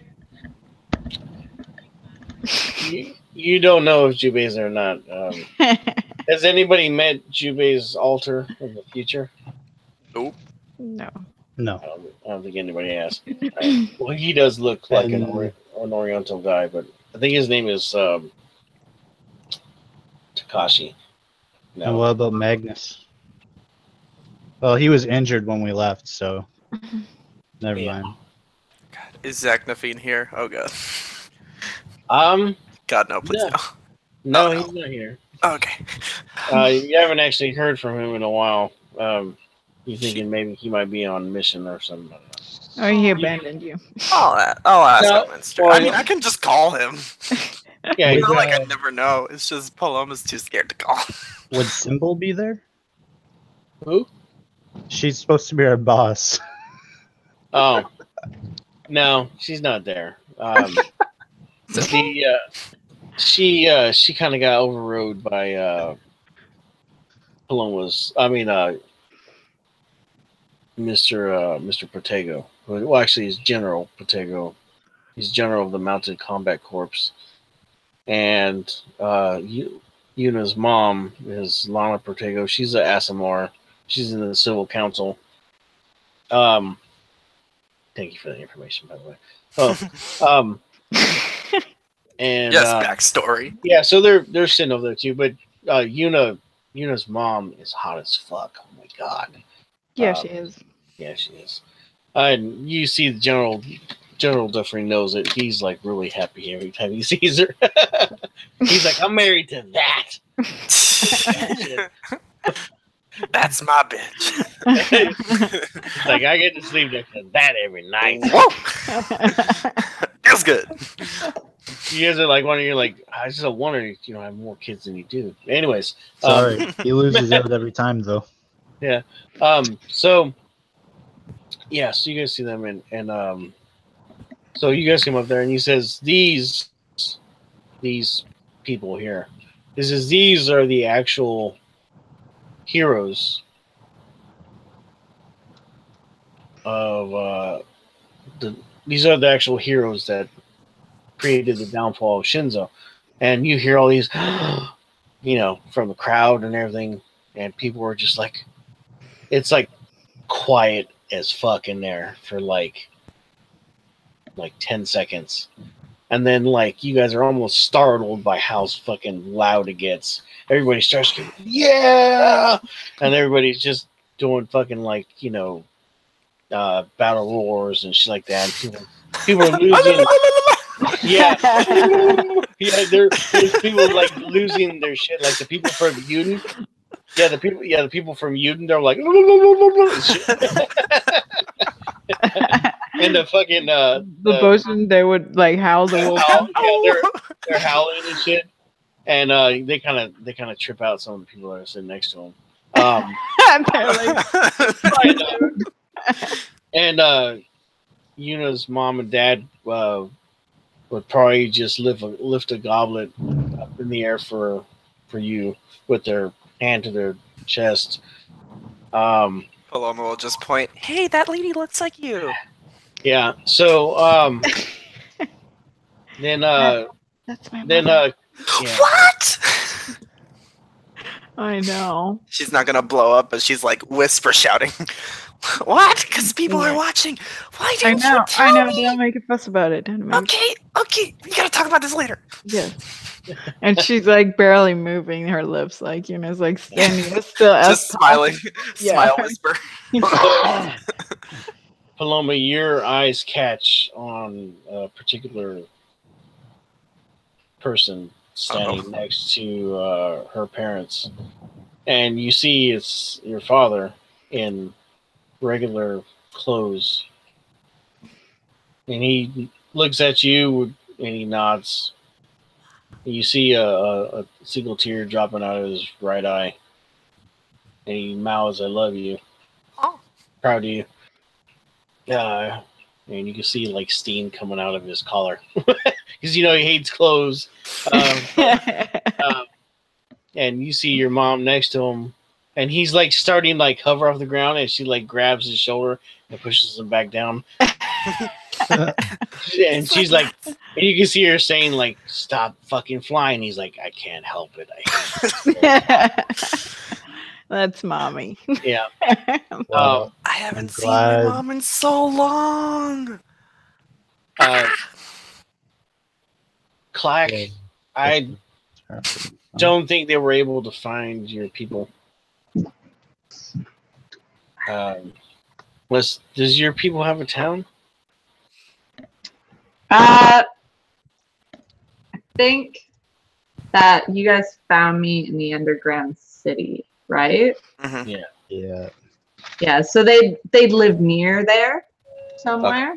All right. So yeah, you see your adoptive parents there. So everybody's parents or whatnot, besides the Kobe people themselves, but all five of you see your family is there, except for Orn. Orn, you see a particular elderly dragonborn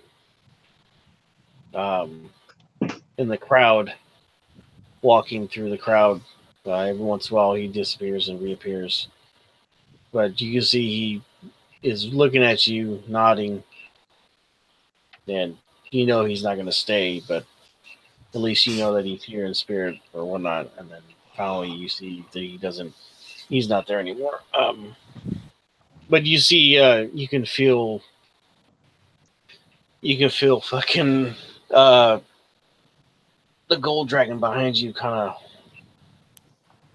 tense up a little bit. Seems our father approves. He says yes. He says, it's been a while since I've seen him. He looks good. He's not limping anymore. Anyways. So that happens, and so he says, well, yes, Herschel's here.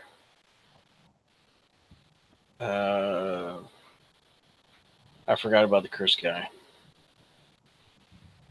Yeah, so Kiara would probably, you would definitely get a That's bunch fine. of That was like 20 minutes ago. Oh, sorry. I wasn't. Yeah, that's fine. All right. Yeah, you're good. So you catch a glimpse of Herschel. Actually, you just catch a glimpse of Herschel for a few minutes when he brought you up on stage. He kind of materializes in the doorway. He puts his hand up to you guys, but then he disappears back to the door. He's like the fucking super spook and shit. So he says, "Well, the Emperor." He continues on. He says, he puts his arms up to kind of calm the crowd down, because they've been doing that for like the last 10 minutes, and a lot of them are starting to like pass out and stuff. There actually was like people like passing out, like, "Oh my god, it's them!" Are we supposed to do something for them, like bow or do something? No, Oh my god, Clark, fate's on no. spot. And the Emperor shuts them down, and he says, Get shut down. he says it. He's like, in Japanese or whatever, and everybody stops, like, just like that, boom, and fucking he says, something in Japanese, and everybody, Make safe. yeah, no, Abracadabra. everybody fucking bows like real deeply, like all the Oriental people, they all bow like real deeply, for like a minute. And even the Emperor, he flies back a little bit and he bows to you guys. Not that long, but he says, "We are forever in your debt for lifting the curse that was Shinzo upon this land." He says, "So, 50 years ago, we created this day because I knew that you would come back." They didn't know, of course. He says, "But we are very thankful that we have come back to this day and you are here." He says, "You are of the highest honored in our society is the Platinum Wings. He says, so, uh, he says, Rusty, because comes forth, and Rusty comes forth, and he he has like this fucking like Santa Claus fucking pouch next to him. He reaches in and he pulls out this like this chess piece for Rusty, and he puts it on him, and like it's just kind of sticks to him. You know what I mean? And like Rusty's like feathers get like a little like flame kind of etching to him for a few seconds, and he says, with that, he says, this is the heart of the phoenix. He says, this will protect you and give you what you seek to fly like as fast as a flaming meteor. Um, and he says, Clack, step forward. Oh, okay. You got this. Go ahead, Clack. You can do it. I start an applause. Oh my god. This is one lone person clap. Yeah, like in the audience, you hear a bunch of clacks going clack clack clack clack clack. So you get up to him, and he says, you are a divination wizard, yes? I am, yes. Oh, you're so cute. He says, I always love my kobold followers. He says, so do you have horns? Little tiny ones. Okay. So he reaches in his bag and he pulls out this little hat. That's like specifically just the same size as your head, and he puts it on top of your head. He says, this hat is the hat of greater divination. It will help you see things to come, and it will help you with your powers and grow you to be the magnificent diviner that you are meant to be. Oh, that's so cool.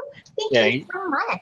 You put it on your head, and you get like flashes of the future, kind of like a few seconds ahead, and you see that one of the other people that's coming up next. You see what they get. You're like, oh my god, I got it. Oh, I can't tell you yet. That's so Raven, I swear.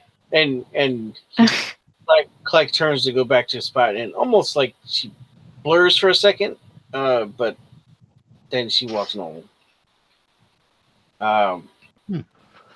So he calls Ileana up next. Elania? Ileana, yeah. Actually, no. Sorry. Yeah, she's already done. Sorry. I made a list of everything that everybody gets, so that's what I'm kind of going down this. All right. So we did Rusty, we did Clark. Okay.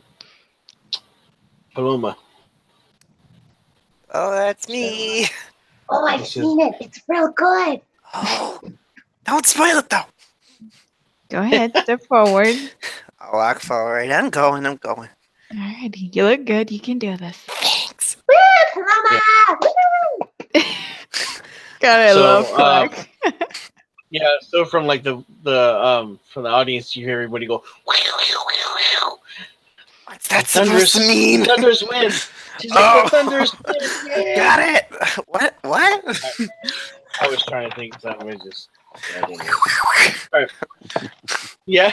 Sounded like angry cats. They're speaking Auran, man. There you go. To you too. So he says, I understand you are a student of the 5 elements? Or 4 elements? 4. As far as I know, 4. He says, then you don't know the 5th. He says, What? well,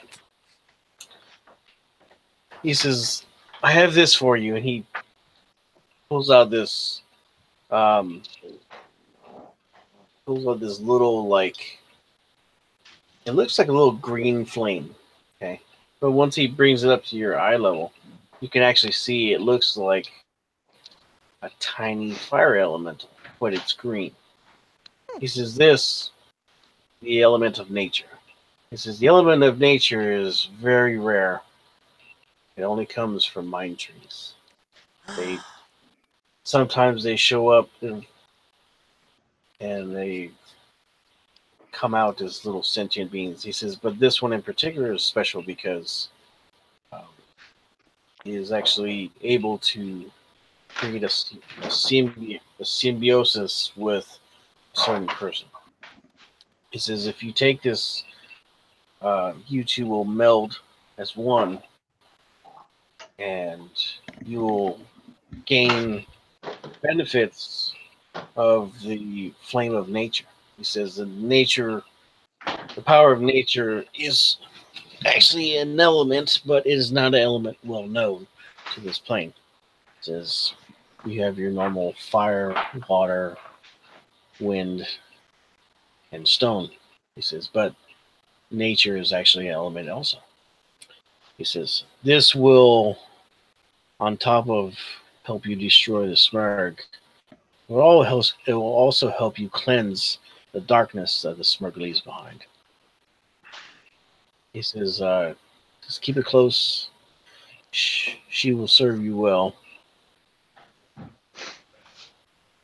And he hands it over to you, and the little flame hand, and it squeaks at you.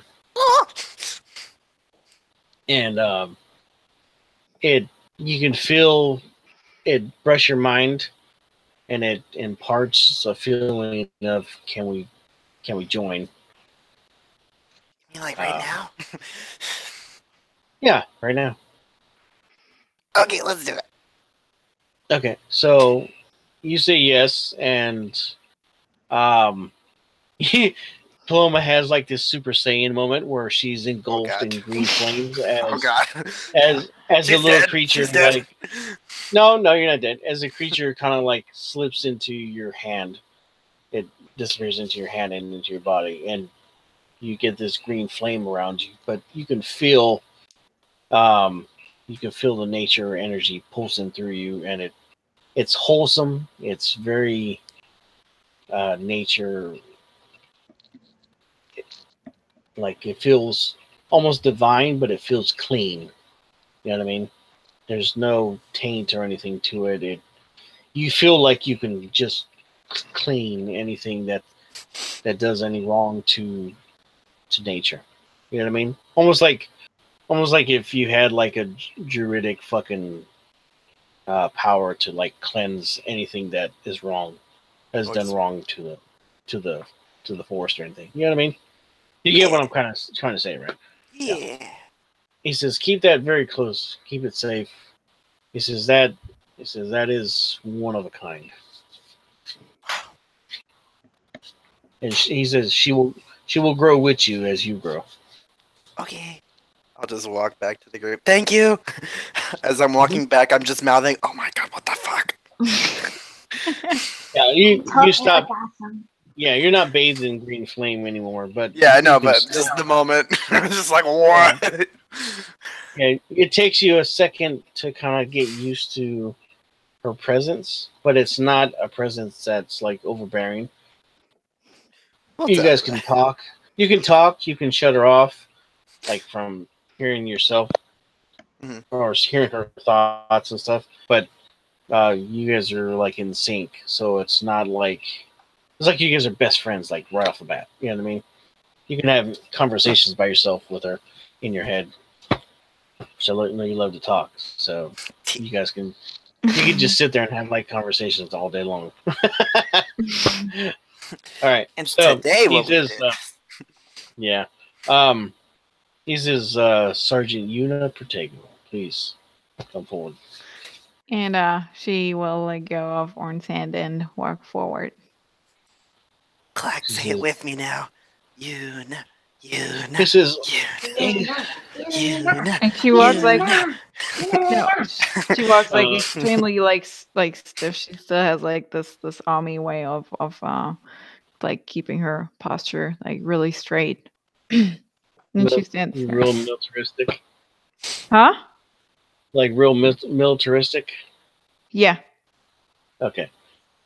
Walks like a lady. No. So you walk up to the emperor. He says, "Well, what do you offer to an Asabar that is already divinely powerful and such a good person?"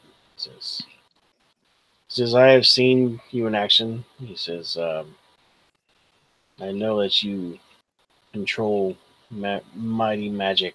He says, "But the only thing that I haven't seen you do, which I believe you might need help, is when you are forced to attack physically." He says, "So," he says, I confer you with this," and he hands you this. What is your normal weapon? She doesn't really use a Like if you normal had, weapon. Well, she uses her spiritual weapon that she conjures forward. okay, if you could use a weapon, what would it be? Well, Besides I am proficient with a long sword, but yeah. okay, what would you choose if you had to choose? Would you rather have like a mace, or would you rather have like a sword? Because you have a shield, so that's what I'm saying. I mean, what do you carry? A long sword? I do carry a long sword, yeah. So would you say your preferred weapon? What is that? Longsword is going on strength, right? Yeah. Yes. Yeah. It doesn't matter. Well, yeah. Yeah. Sure. Let's go with longsword. No, I mean, what do you want? Do you want a Well, mace, longsword? Do you want a whip? Do you want a lasso of truth? No, I'm just playing. But Oh my god, You- please, you- lasso of truth. well, yeah, sure. Let's go ahead and go with longsword because like the only weapon she's actually using is her spiritual weapon, and if she actually draws a sword, it's gonna be her longsword. So okay, I am only proficient with simple weapons, so not martial weapons. So it doesn't matter. well, I'm saying. okay. All right, so I'm just gonna go with longsword because you're mixed signals. So he pulls out this longsword. Okay, he says, this is the longsword. It's called Blade of the Asimar." He hands it to you. You grab it. You feel the divine energy coursing through this fucking thing. He says, "This will help you whenever you are unable to use your magics and you must fight in close to close combat. It'll help you." So basically, it's a +3 sword. It does radiant damage. The normal damage that it does is 2d8 plus whatever strength modifier you have. Okay. Mm-hmm. Um, whatever your what is your main ability based off of? Wisdom. Okay. So whatever your wisdom modifier, you have that many smites that you can use. Ooh. Okay. Okay. It's just a regular, I would say, searing smite. I think that will work. That you can use as many times as your wisdom modifier. Mm-hmm. Okay. Okay. And she'll take like the sword since she's getting it handed, like she'll have like the blade like laying on the palm of her left hand and the handle on the palm of her right hand, if that makes any sense. And then she will like take it and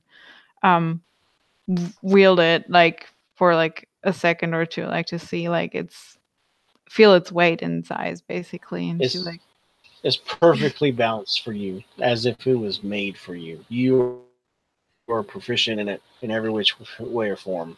There's nothing that seems out of the ordinary. It's like an extension of your arm. That's how good it feels in your hand.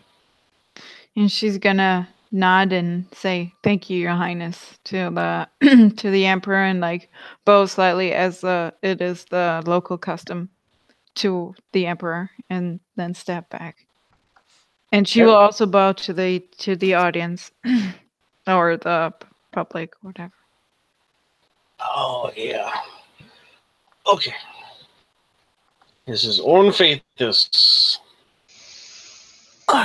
my brother. Oh, Woo, woo, woo! Oh, I'm just gonna look to everyone else. I'm gonna just shake my head and like, come on, act mature. Never. And I'll start walking down towards him, and I'll shake my hand. I'll shake hands with any of the warriors and anybody just in the aisle, Mhm. and I'll get to the emperor eventually. All right, you're already up on the stage. All right. Anyways, he says, what could I possibly give this amazing warrior that has saved us, along with the rest of these amazing people here?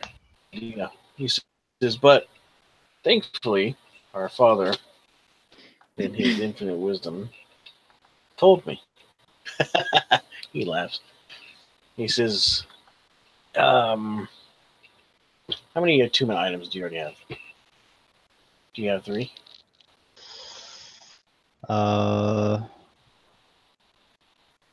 Yes, if I include the Cloak of Jubei. Okay, that's right. He says, well, brother, yeah, this doesn't matter. All right, so he pulls out this crown. Okay. And he says, Domo Victa. He hands it to you. He says, please, gestures for you to put it on. I'll take it by both hands and put it on carefully. Okay, so when you put it on, your vision is changed from the regular spectrum, and it turns platinum. But you can still see everything. But now that you can see like different people that you know are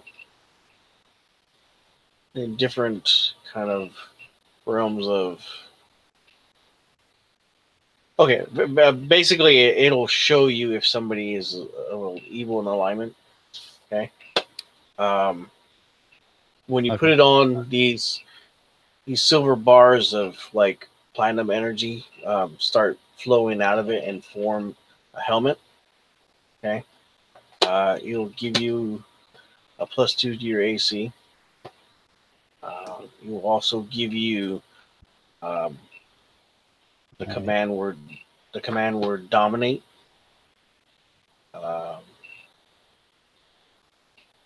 Once a day. It'll actually also give you a bonus to your charisma, which I believe is what paladins use, right? Yeah. Gives you a bonus to your charisma of a +2 that stacks. Okay. And it also augments whatever draconic abilities that you have. And it upgrades them by 2 levels. So if you're waiting for a certain level to get something by 2 levels or whatever, it pushes you ahead 2 levels. Well, I haven't got. We were supposed to talk about Yeah. our level 10 ability, but I didn't figure it out. Okay. I have an idea what I want it to be. But What is it? Wings? no, because I'm gonna get wings eventually. What is it? Basically, it's gonna be like my final sacrifice, except it's gonna be my platinum defense, and it's gonna be when somebody in my party takes damage, I can move to them and attack the person.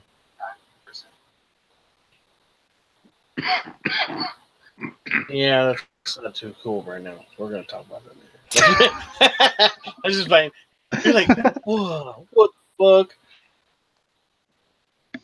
We'll talk about it later. I will definitely do that. Okay. Anyways, yeah. So it gives you all those bonuses, and it gives you a bonus to your charisma, shit like that. And +2 AC. Dang. Yeah, so +2 AC on top of whatever you have, +2 to your charisma, and then you have dominate once a day.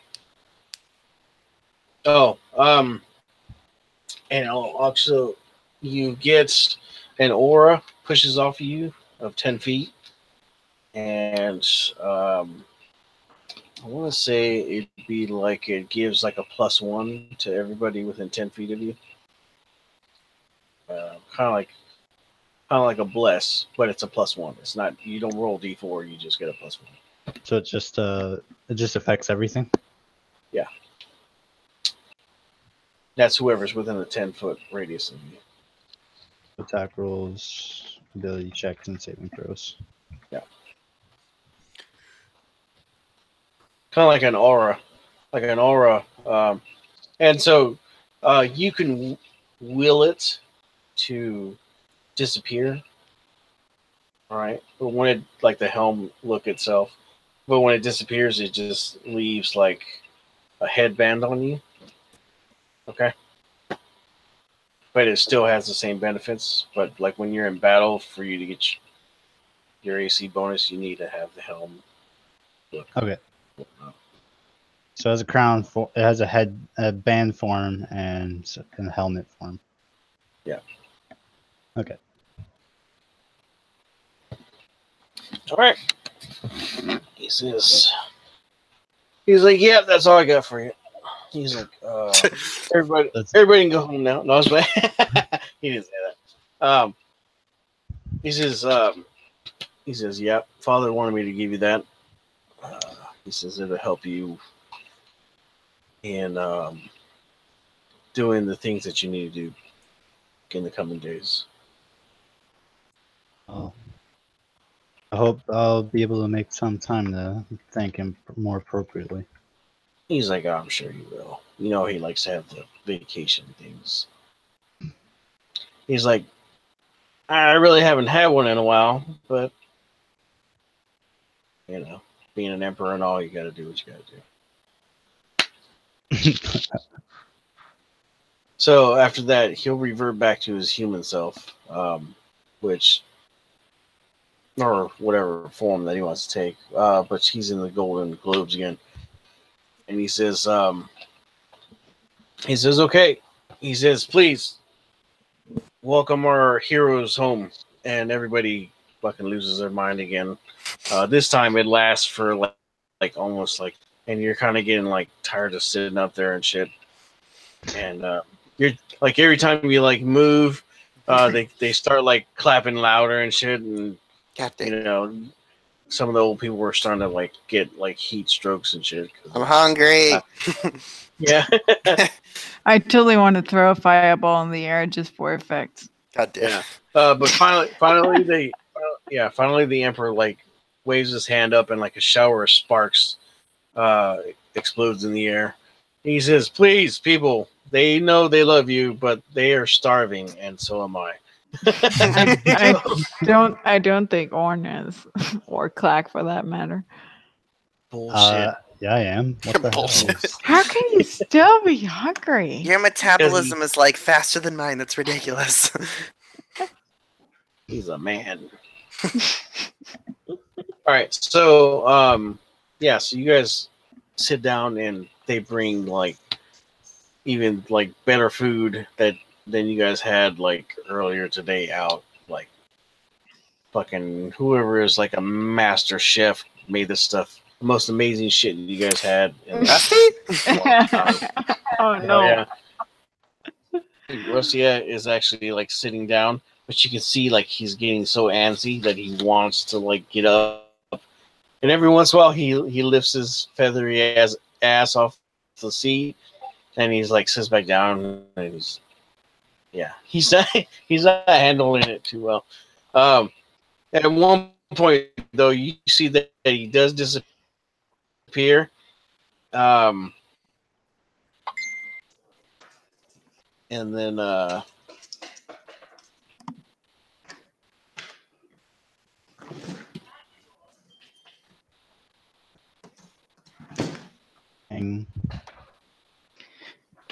And then, God, what a cliffhanger. you see that he Oh. Not the DM. does disappear, and then he kind of shows up because he's like super stealth.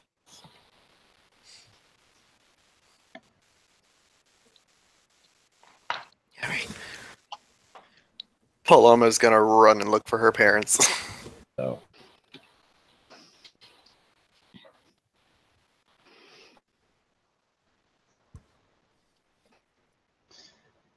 So, I'm to meet your parents now. Yep. I'm as anxious as you are. but other than that,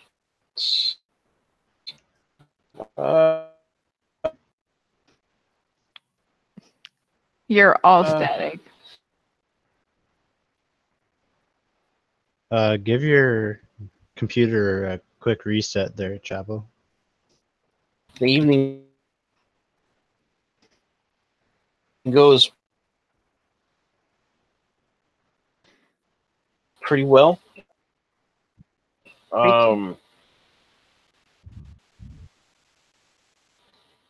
Eventually, Damn, I can only hear you like every 3 seconds, and then for like 1 second, and then it cuts out again. Is that only me? No, can't hear it's him like either. super lag. Yeah. Not the DM. Oh, the humanity. So it wasn't the item I was expecting, but Yeah, me either. I Same. have so many things to adjust. Paloma is now Dragon Ball Z. Forget Avatar: The Last Airbender.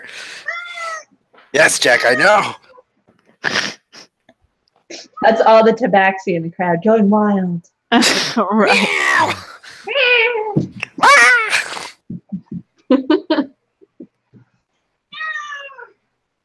Jab out. Is Bender still there? Yeah, I'm here. Okay, cool. It's literally everyone but the most important person. Yay. Yay. I want to know what this fire does. I want to know what your hat does. I want to know what your crown does. I want to know what your sword does. I want to know what everything does. Well, if I understood him correctly, he said like it does the normal damage plus like 2d8 radiant. Is that correct? There If we I did not mistake him. Kitty says, hell no. Right. So he's been so silent up till now. He's just like Yeah. waking up and being like, "Hey, time to go to bed." Or food. No, he knows what time bedtime is, and he All will yell at me until I go. He's really thrown off by me working day shift. He's like, I don't understand this. Why are you still here? Go to bed. I can't go to bed till you go to bed. That's how this works. That's We pretty have a much it. system. Right. Never change a running system. Why do you do this to me? You're breaking the rules. No human. No, Breaking the you. knob, breaking the knob. Oh my god! I saw the funniest thing on Facebook today. It was like this guy was doing laps in a pool, and this dog is just running around the pool to meet him, and like someone put subtitles on it. It's like, oh no, Human is drowning, and then he pops out of frame for a second, and the dog just leaps into the pool I on top saw of the that guy, too. and he's like, "I'll save you, Human." I saw that as well. That was super funny. Oh, I died. My sister showed it to me today, and Hey guys. I deceased. Hey, Much better. Chopper. Yay! Yeah, my fucking my computer's taking a dump on me for a second. Cool. We amused ourselves with Jack and other funny internet memes.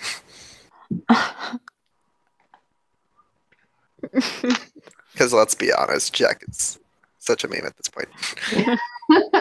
Jack's awesome. Jack is MVP. Jack's our #1 fan. He is, man. He always meows at the right time. Alright, let me see if I can get this thing back up. Hold on a second. Can you guys hear me? Yes. Yeah. Yeah. Faintly, but yes. Okay. We can also hear the echo. God, I hate hearing myself in the Yeah, background. I'm turning off that. Yeah, just no pressure. Yeah. Yeah, so you and your parent finally Ah. after. Okay. So your mom comes up and embraces you. She's like, "Oh, my dear, my dear, my dear." Mom. She hugs you, and then she kind of like pushes you a little bit. She's like, "What in the hell? What happened to the phone call?" Oh, excuse me. Can't say that here. Phone Like- call? Like, What is what a happened? phone? What happened to the sending stone, huh? I thought you were gonna let me know you're okay. I didn't. The Like- sending stone. I did not. It was not in my bag when I left. I looked everywhere and it was gone. I'm sorry, Yeah. Mom. I know you were really, really, really concerned, but I'm good. Everything worked out fine. We're here now. It's good. No need to make an unnecessary fuss, you know. And did you know, like, this is my fiance, Orn, here. Yeah. Like her dad has been like staring at you like hardcore, like that fucking like imposing father kind of look, like just right at you, Warren, just like looking at you like, who the fuck? And he is an oppressive guy, you know. I mean, you could tell he knows what the fuck he's doing. He carries himself with an air of power about him. So he's not just an old dude. You could tell that he keeps in shape and everything else. He has a real deep, bassy voice. He says, "Orn, huh?" Yes. He says, "Wow." He looks at you and he's like, "Well, at least you don't have a child yet." Dad, why are you doing this? Yeah. Why is this really necessary now? And she like glances at him. He says, "Well, if he's going to be your husband, then he's got to learn who the hell we are, right?" And your mom smacks him on the shoulder. She's like, Richard Cranium, stop it." Cranium. You know, like dickhead, but saying it in a nice way. Richard Cranium, get it, dickhead. Yeah. Okay. She's like, "Stop." He's like, "I will not, and please stop hitting me. That shit hurts. You damn Asimar." And he looks at her, and she's like, "Oh, we're gonna have some words there." And he's like, "I hope so." And he kind of really smiles really big, and she's like, her cheeks get a little red, and she's like, Mom, Dad, we're She still kicks him- here. She kicks him in the shin and punches him in the chest, and he's like, "Ooh!" And he looks at Owen, he's like, "Yeah, that's that kind of shit, man." He looks at Owen, he's like, you already know, don't you?" This is all too familiar. Yeah. He's like, no, I don't need to know what you do with my daughter. If that's okay. He says, "Oren, let's talk, son." He Oh no. grabs you by the shoulder, Here we and go. he walks off with you, and he's like, "So, being a legend and all now," he says, "Do you have a home Do you have a way of supporting her? How many kids do you want? He says, do you own a horse? Do you have regular means of income? And he keeps saying this, and you can see on his face like he's holding back a fucking laugh, and he's finally. And Lana comes over and kicks him in his ass. She's like, "Stop it, Richard!" And he's like, and then he starts laughing. He's like, "Sorry, I had to." It's the soldier in me. He's like, God. He grabs you by your shoulder though, and he shakes, and he's like, "You're a good-looking kid. Awesome." He looks at you and he says, "Well, I'm glad you found somebody that can take all your shit." He says, and he looks at you with like, What? he's like, "No, no, no." He says, "Trust me, it only has begun." He says, "But if you can handle her craziness, you're good enough for me, kid." Kid. I'm probably older than you. That's not a He good doesn't, answer. he doesn't know that you look like you're fucking like 20. I tell him straight up. I'm probably older than you. The challenge. That does not. He says, "Okay." He says, "You're still my son-in-law, which means I can call you son." Ha ha. Suck it. Mom, can you make him stop, please? She's like, "No, I can't, because he's gonna keep doing what he's doing." Oh, I'm so jeez. sorry about this. He's like, "Look," he's like, "Come on, let's let them talk, because I know they're gonna want to talk all girly shit, and I can't handle that shit right now." Yeah, or we're you gonna do could more just than go ahead talk. and hug me and say hello to your daughter that you haven't No, seen in like he's the sorry. past. He like grabs you by your head and pushes you into his chest, and he's like strokes your head. He's like, "Oh, I love you so much." No, Dad, stop. What? That's not what I meant. Oh, my Leave little me alone. Pookie, No. my little unis. Oh, I No, miss you. no, don't call me like that. My No. uni cookies. Yes. No, Dad, let me go. And she Oh. like tries to push it off him. He's like, "Hey, I love you. I'm I proud of love you. you too. Leave me. You can't leave me. Let me go now. Come here, uni." No, Dad, I mean it, Mom. He puts his arms out and like opens and closes his hands. Like, "Come on, hug time." No, Yes. no. Yes. She No. ducks underneath. Yes. Deck safe. He's like, you see what I gotta deal with, Orn? Yeah, I can see that. Yeah. She's like that sometimes too. Yeah. No, don't, Dad. Hey, you want a hug? You want a hug? Come here. Yeah. No. Yeah. He grabs Orn. He's like, "Come on, let's go find something to drink or blow up or kill. I don't care. Blow Whatever." up. Well, This is a festival. I mean, I have my own drink. You do? You got the alchemy jug?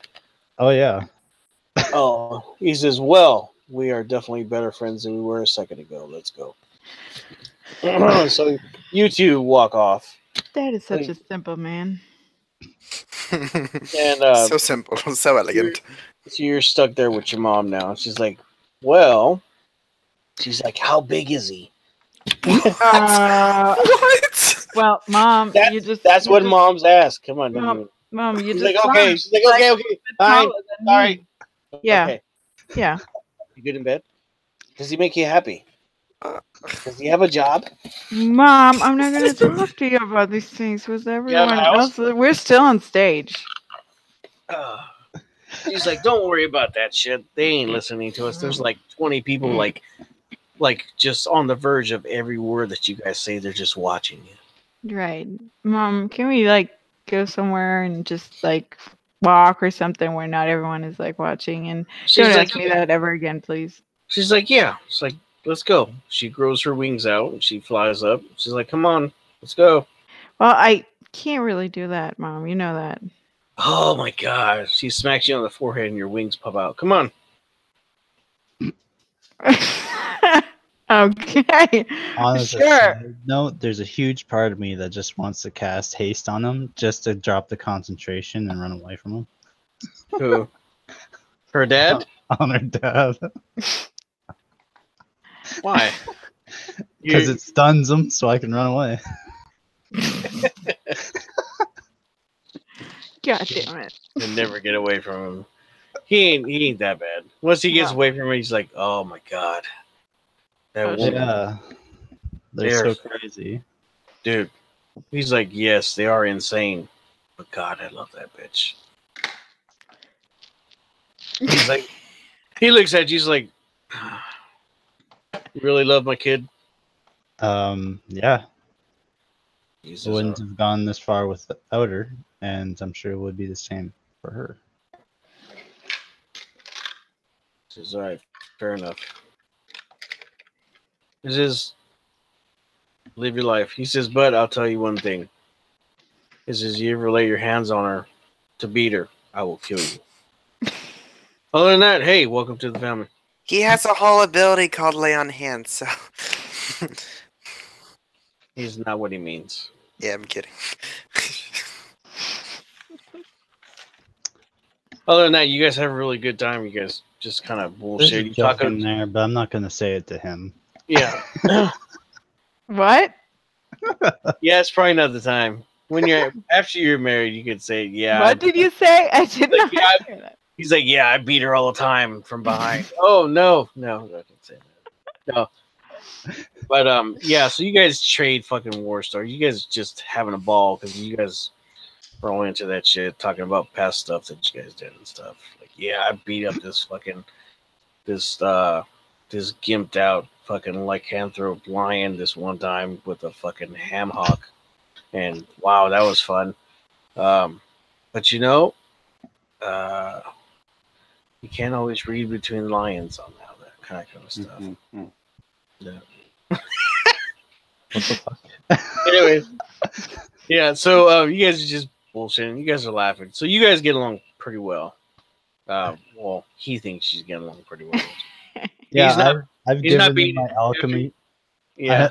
I give him my alchemy jug to drink the 4 gallons of or the 8 gallons of ale, and I'm drinking out of the endless decanter of water. Really? Really? You're gonna make my dad drunk. Really? He wanted it. He gets a little buzzed, but he actually does not get drunk. He holds his liquor very well. So, you and your mom, you fly up to the top of the fucking palace or whatever, and you guys are kind of watching the moon and the stars and shit up there. And she's like, "What's up, kiddo? You doing okay?" I'm doing good. How did you do that with the wings? And I'm really happy to see you. Like, I'm "Oh, glad I you're doing okay. was like, "Oh, you know this. Your I dad know won't what. let- Your dad won't ever let anything happen to me, and I won't ever let it happen. Anything happen to him. Yeah, I know. I It know. drives me crazy in every way." Well, I don't want to know anymore, Mom, really. That's the line here. I wasn't But- going there sick. Nope. But I have news regarding Caleb. And so She Caleb is really serious. It turns to you. She's like, okay. and I'm gonna shorten this here. She's gonna tell her the story about how Caleb was basically being used by the Smurg. And she's gonna ask her to not tell Dad, because that would just drive him furious and mad, and he would just go on a crusade. So, I will.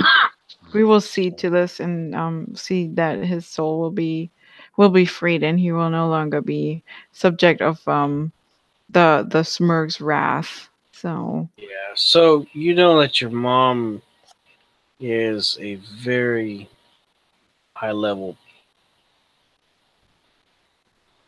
I'm gonna say she's a high level cleric of God.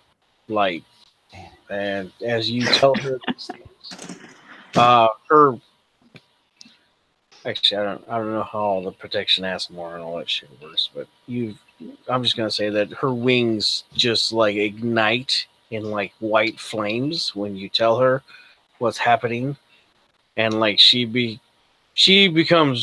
looks like you're actually like getting scared of her because she becomes like really tall and imposing, and fucking you look like my mom can like punch me through the building right now. That's how much fucking like how tense she looks and like Mm. immensely mad as fuck. But as you tell her that you're gonna take care of it, she slowly kind of calms down and she's like, because her eyes like lose all like color. She just turns just like a white, glowing fucking eyeball. Yeah, she gets all fucking like crazy white energy shit coming out of her shit. And she's like, oh. Mom, calm down. I've got this. Trust me. And Orn and my party, the Platinum Wings, and we can do this. So Yeah. please have faith, and I will do my best to help Caleb. Otherwise, we would not even have known that he would still be being used by the Smirk. So Yeah, at one point you thought shit was gonna go down because like these fucking these two swords made out of like white energy like popped into existence like above her head and shit. You're like, God damn, Mom, calm down, bitch. Man, fights in this family are horrible. Yeah, so they disappear and she calms down and she's just like, oh, I hope you do, baby girl, because I miss you, brother. I miss you, damn it. She pushes you. I miss you too, and she pushes her back. Like my little girl, all grown up. Yeah. It's like, okay. Well, do you have another pair of sending stones? Do you happen to have them around? Because then I could just grab one, because I think we will have to head out at some point, and I'm pretty sure we will be able to come to Pantheway, but I don't know when. And then we can stay in touch. She's like, no. Why would I have sending stones? She's like, we'll find some tomorrow or something. It's like, just me and you tomorrow, okay? All right. I hope that's not a threat. No, like, you and your mom. She's like, shopping montage, bitch. What? She's like, you can bring your girlfriend too. It's fine. Right. Unless you Okay. want Yeah, you. Paloma would be really excited to meet you. Yeah. And Clark probably too. Yeah. And you should really get to know Orn. He's a really nice guy, and he saved our lives multiple times. I would not be here if it wasn't for him. She's like, oh no, I'll talk to him and stuff. Yeah. Sorry. Gracious as always. Oh, she's like, sorry. Food is really good here. So, Paloma, you get over to your mom and dad after everything happens, and your dad looks extremely uncomfortable in the freaking clothes that your mom has him wearing, and he's like, my little cloud, all grown up. What are you guys doing here? He's like, well, we got word of this a while back, and we knew you'd be here, so we made the trip. It's so far though. He's like, oh, don't worry about it. I've been around this area before. I know, but the tribe and everything, is everything gonna be okay? Oh yeah, they'll be fine. One of your brothers is watching over them, or your sisters, or something like that. Oh yeah, something you forgot to mention. You know, I have siblings across the freaking the freaking country. What's that about? Yeah, your mom looks at him with an eyebrow up. It's like, you didn't tell her? It's like, I'm going to tell my kid that I got a lot of kids. That's not... Well, yeah, he's like, sorry. She's just gonna hug him, and she's gonna hug her mom even tighter because she didn't say goodbye to her by accident. Yeah. He says, you know what? Let's get out of here. And he grabs the both of you and he flies up in the air into the clouds, and a cloud kind of forms underneath you guys, and he lets you go and you drop onto the cloud. He's like, oh, he starts stripping off the fucking clothes, and he's like, thank you, God, I feel so much better. She bounces. She's like, I miss this. He's like, yeah. He's like, speaking of which, he says, "Come here," and Oh God. he holds your arms, and he had lightning bolts going up it, right? Hmm? Didn't you have the tattoos that you had? Was the lightning bolts? I think it was clouds, storm clouds. Oh, okay. All right. So he adds a couple more clouds to your shit. Yay. He says, yeah. He says, it's time that you've had an upgrade. Oh, and I totally forgot to mention, I met Claudius over at the Earth Ganassi tribe. Oh, I also learned that Earth Ganassi are a thing. Yeah. Yeah. Mm-hmm. And I'm trying to learn the 4 elements, and I think I'm doing good. That's I great. don't know. It's just, you know, these guys are really, they're great. Yeah. Sorry. I like them a lot. Oh no. So you and mom and dad, you guys cut up for a while. You know. Finally, you guys fly back down, and he does tell you that you've got about 15 more brothers and sisters out there that you don't know of yet. Oh, jeez. Too many names. He's like, Too sorry. low of an intelligence. Yeah. He says, I'll have to write you a list.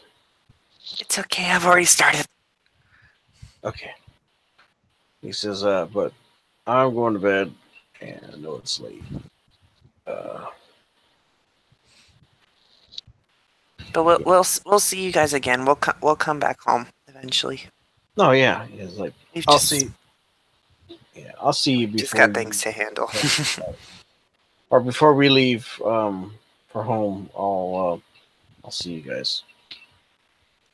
Or I'll see you again before we leave back to the air temple. Thank you. I love you, Dad. He's like, I know this. I love you too. Yay. So, I was gonna do Crimea River next, but he's gone. And then I was gonna do Brendan's, but he's gone. And so we will come to Clack. Clack-a-deck. Clacker. Clack-a-deck. So, Clack, you meet up with your adoptive parents. I have no idea what their names are. I think I wrote them down when I was writing his backstory. Just double check. But I'll just say your mom and dad for now. So yeah, you meet up with them, and they're all really excited about seeing you and stuff. And like, oh my God, Clacky, you grew up so big, and you got all these friends now, and you've been on these adventures. You doing okay? Oh, that's how your mom's just asking you. Oh, I'm doing so great, and I have all these great friends, and they're like real friends. They're not just like storybook friends, and it's super cool. And like one of them can like punch things really, really hard, and then like Orn is all like whoosh, and he's all like badass, and then Rusty is this like awesome. He can fly, and he like disappears every time you like look away from him for like 2 seconds, but then he's still there and he's still listening, and it's amazing. And then there's Yuna, and she's like this pretty lady, and she does all this healing, and she's very like awesome, and it's amazing. And don't look at those people cosplaying me because they made my head really big, but my head's not really that big. So my head is this big, and look, I got a new hat. Quote. ADD much? Yeah, so like your mom and dad are like watching you say all this shit, and then like it catches up to them, and they're like, "Oh, that's great, we love you."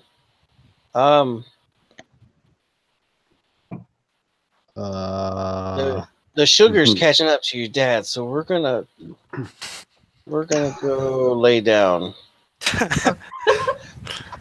Okay, you do that. I'm gonna stay up for a little bit, but don't worry. I'm gonna go to bed and then I'm gonna sleep at some point, but not right now. Now is too much fun, and there's some fireworks and stuff, and it's really cool. And I'm so glad you guys showed up. And yeah. Okay. I love Clark so much. She's like, all right, we love you. We'll meet you. How about we meet you tomorrow and we'll spend some time tomorrow together. Oh, that sounds so good. We can go to all the bookshops and you guys can buy me all new books. Okay. That sounds great. Your dad is like he's just lost because he can't even tell what the hell you said. I saw a dragon. Yeah, he comes over and he pets you like kind of like on your head just like 1 or 2 times. He's like, I love you, kid. He's like, I'll go to bed. He does give you a really hard, long hug. He's like, I'm proud of you. Thank you so much. And he says, all right, I'll go on. He walks away. You hear like his bones cracking when he stands back all the way up. Oh, arthritis. Your mom comes over and she like wipes some like stuff off your chin. And she's like, you haven't been overeating again, have you? No, I eat just the right amount. Okay. She looks at you, Billy, and she pats it. She's like, okay, baby. I'll see you in the morning. Bye. So she walks off, catches up with your dad, and you're left to yourself. So Naoki, you get finished with ceremony and eating and stuff, and you go home to your 5 big-headed kids, and your very pretty wife, and you enjoy your evening as they run around the house knocking into everything with their head. You're just glad that you make enough to afford,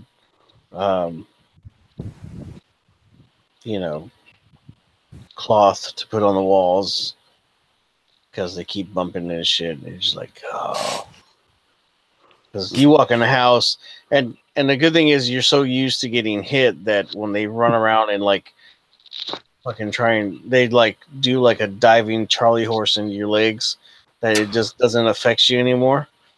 And they just laugh and giggle and like jump around and smack each other. Children in their prime. Yeah, of course your wife has gotten to the art or into the practice of wearing like metal armor bottoms, so she can be able to walk the next day. And yeah, that's how that works. Alrighty. But anyways, you guys have a good night, and eventually you put them to sleep and you crash. Oh, you're dying. Naoki falls in his sleep. I love how you make an elf go to sleep. Yeah, you go to sleep. You're so tired of the kids. You're just like, fuck this. Fuck trans. I want to know how the humans do it, and I'm gonna pass out. They can sleep if they choose to, right? Yeah. Yeah, if we choose to. Yeah. But not from exhaustion, usually. You choose to. Today, you choose to sleep. You choose. Oh, I'm so close. Okay. So, with that, the night ends. Orna and Una, you are reunited eventually, about an hour and a half after the meeting with the parents, or maybe 2 hours, I don't know. And you are able to retell each other's stories, and you figure you might as well freshen up before you crash. And you're doing something in the kitchenette, and Orn is taking a bath, and so Una's mom's head pokes through the wall, and she's like, "Hi, Orn," and she looks down. And she's like, "Oh, Surprise!" she's like, well, she wouldn't tell me. I just want to make sure you're all in good health and everything. Just want to make sure Well- everything was healthy down there. No Glad to see STDs. that you're here now. She's like, well, you seem like a good enough man, Orn. She says, if you ever hit her in the wrong way, I'll kill you. Well, other than that, welcome to the family. And she zips her head back out. And you hear her and your dad laugh. Her and her, you hear Yuna's parents laugh, and you hear walking away. You hear the dad say, "Did he fucking flinch when you put your head through the wall?" And she's like, "Yeah, totally." Yeah, Like I'm those sorry cool about parents that. that you want. Yeah, I'm really, really sorry. That is Yeah. yeah. I could not describe that to you, and I didn't have enough time to prepare you for this, so welcome to the family. Yeah, well, apparently all of you have a bad habit of coming into the bathing room while I'm bathing, so that's good. Hey, you're not modest. Don't worry about it. No, I'm not. It's just something I'm noticing. It's funny. Yeah. Wow. So I bet you all know Fireball too, so that's gonna be good. And another reason to keep a shield on me at all times. yeah, that probably is a good idea. So with that, the evening concludes. Everybody, you get 2 inspiration points and 1 experience point. Maxed out. Oh, well, then you Thank don't God. get no more. All right. And I'll get up with everybody else and talk about whatever the item that you got, if there's any other mechanics that we need to figure out and stuff. Does Yuna get to keep her wings, or are they like temporary? What level are you? Huh? What level are you? Now I you just leveled up. With this game I leveled up to level 10. Oh, yeah. Okay, yeah. I think that's a good level for you to keep your wings. Cool. You can fly. Woohoo. I think every character in the Platinum Wings can fly now. Yeah? Except for Clack. No, Clack can cast Black fly, Scott's right? spell. Yeah. Yeah, right. Orn and I have our rings. Rusty just flies now. And now you do. We did it. Airborne battles are official. So, with that, I'm going to end the broadcast. Wow, that's pretty long. Anyways, good job, guys. You guys enjoyed Homecoming. And That was delightful. I'm a sub broadcast. Good night, everybody. Bye-bye. Good night.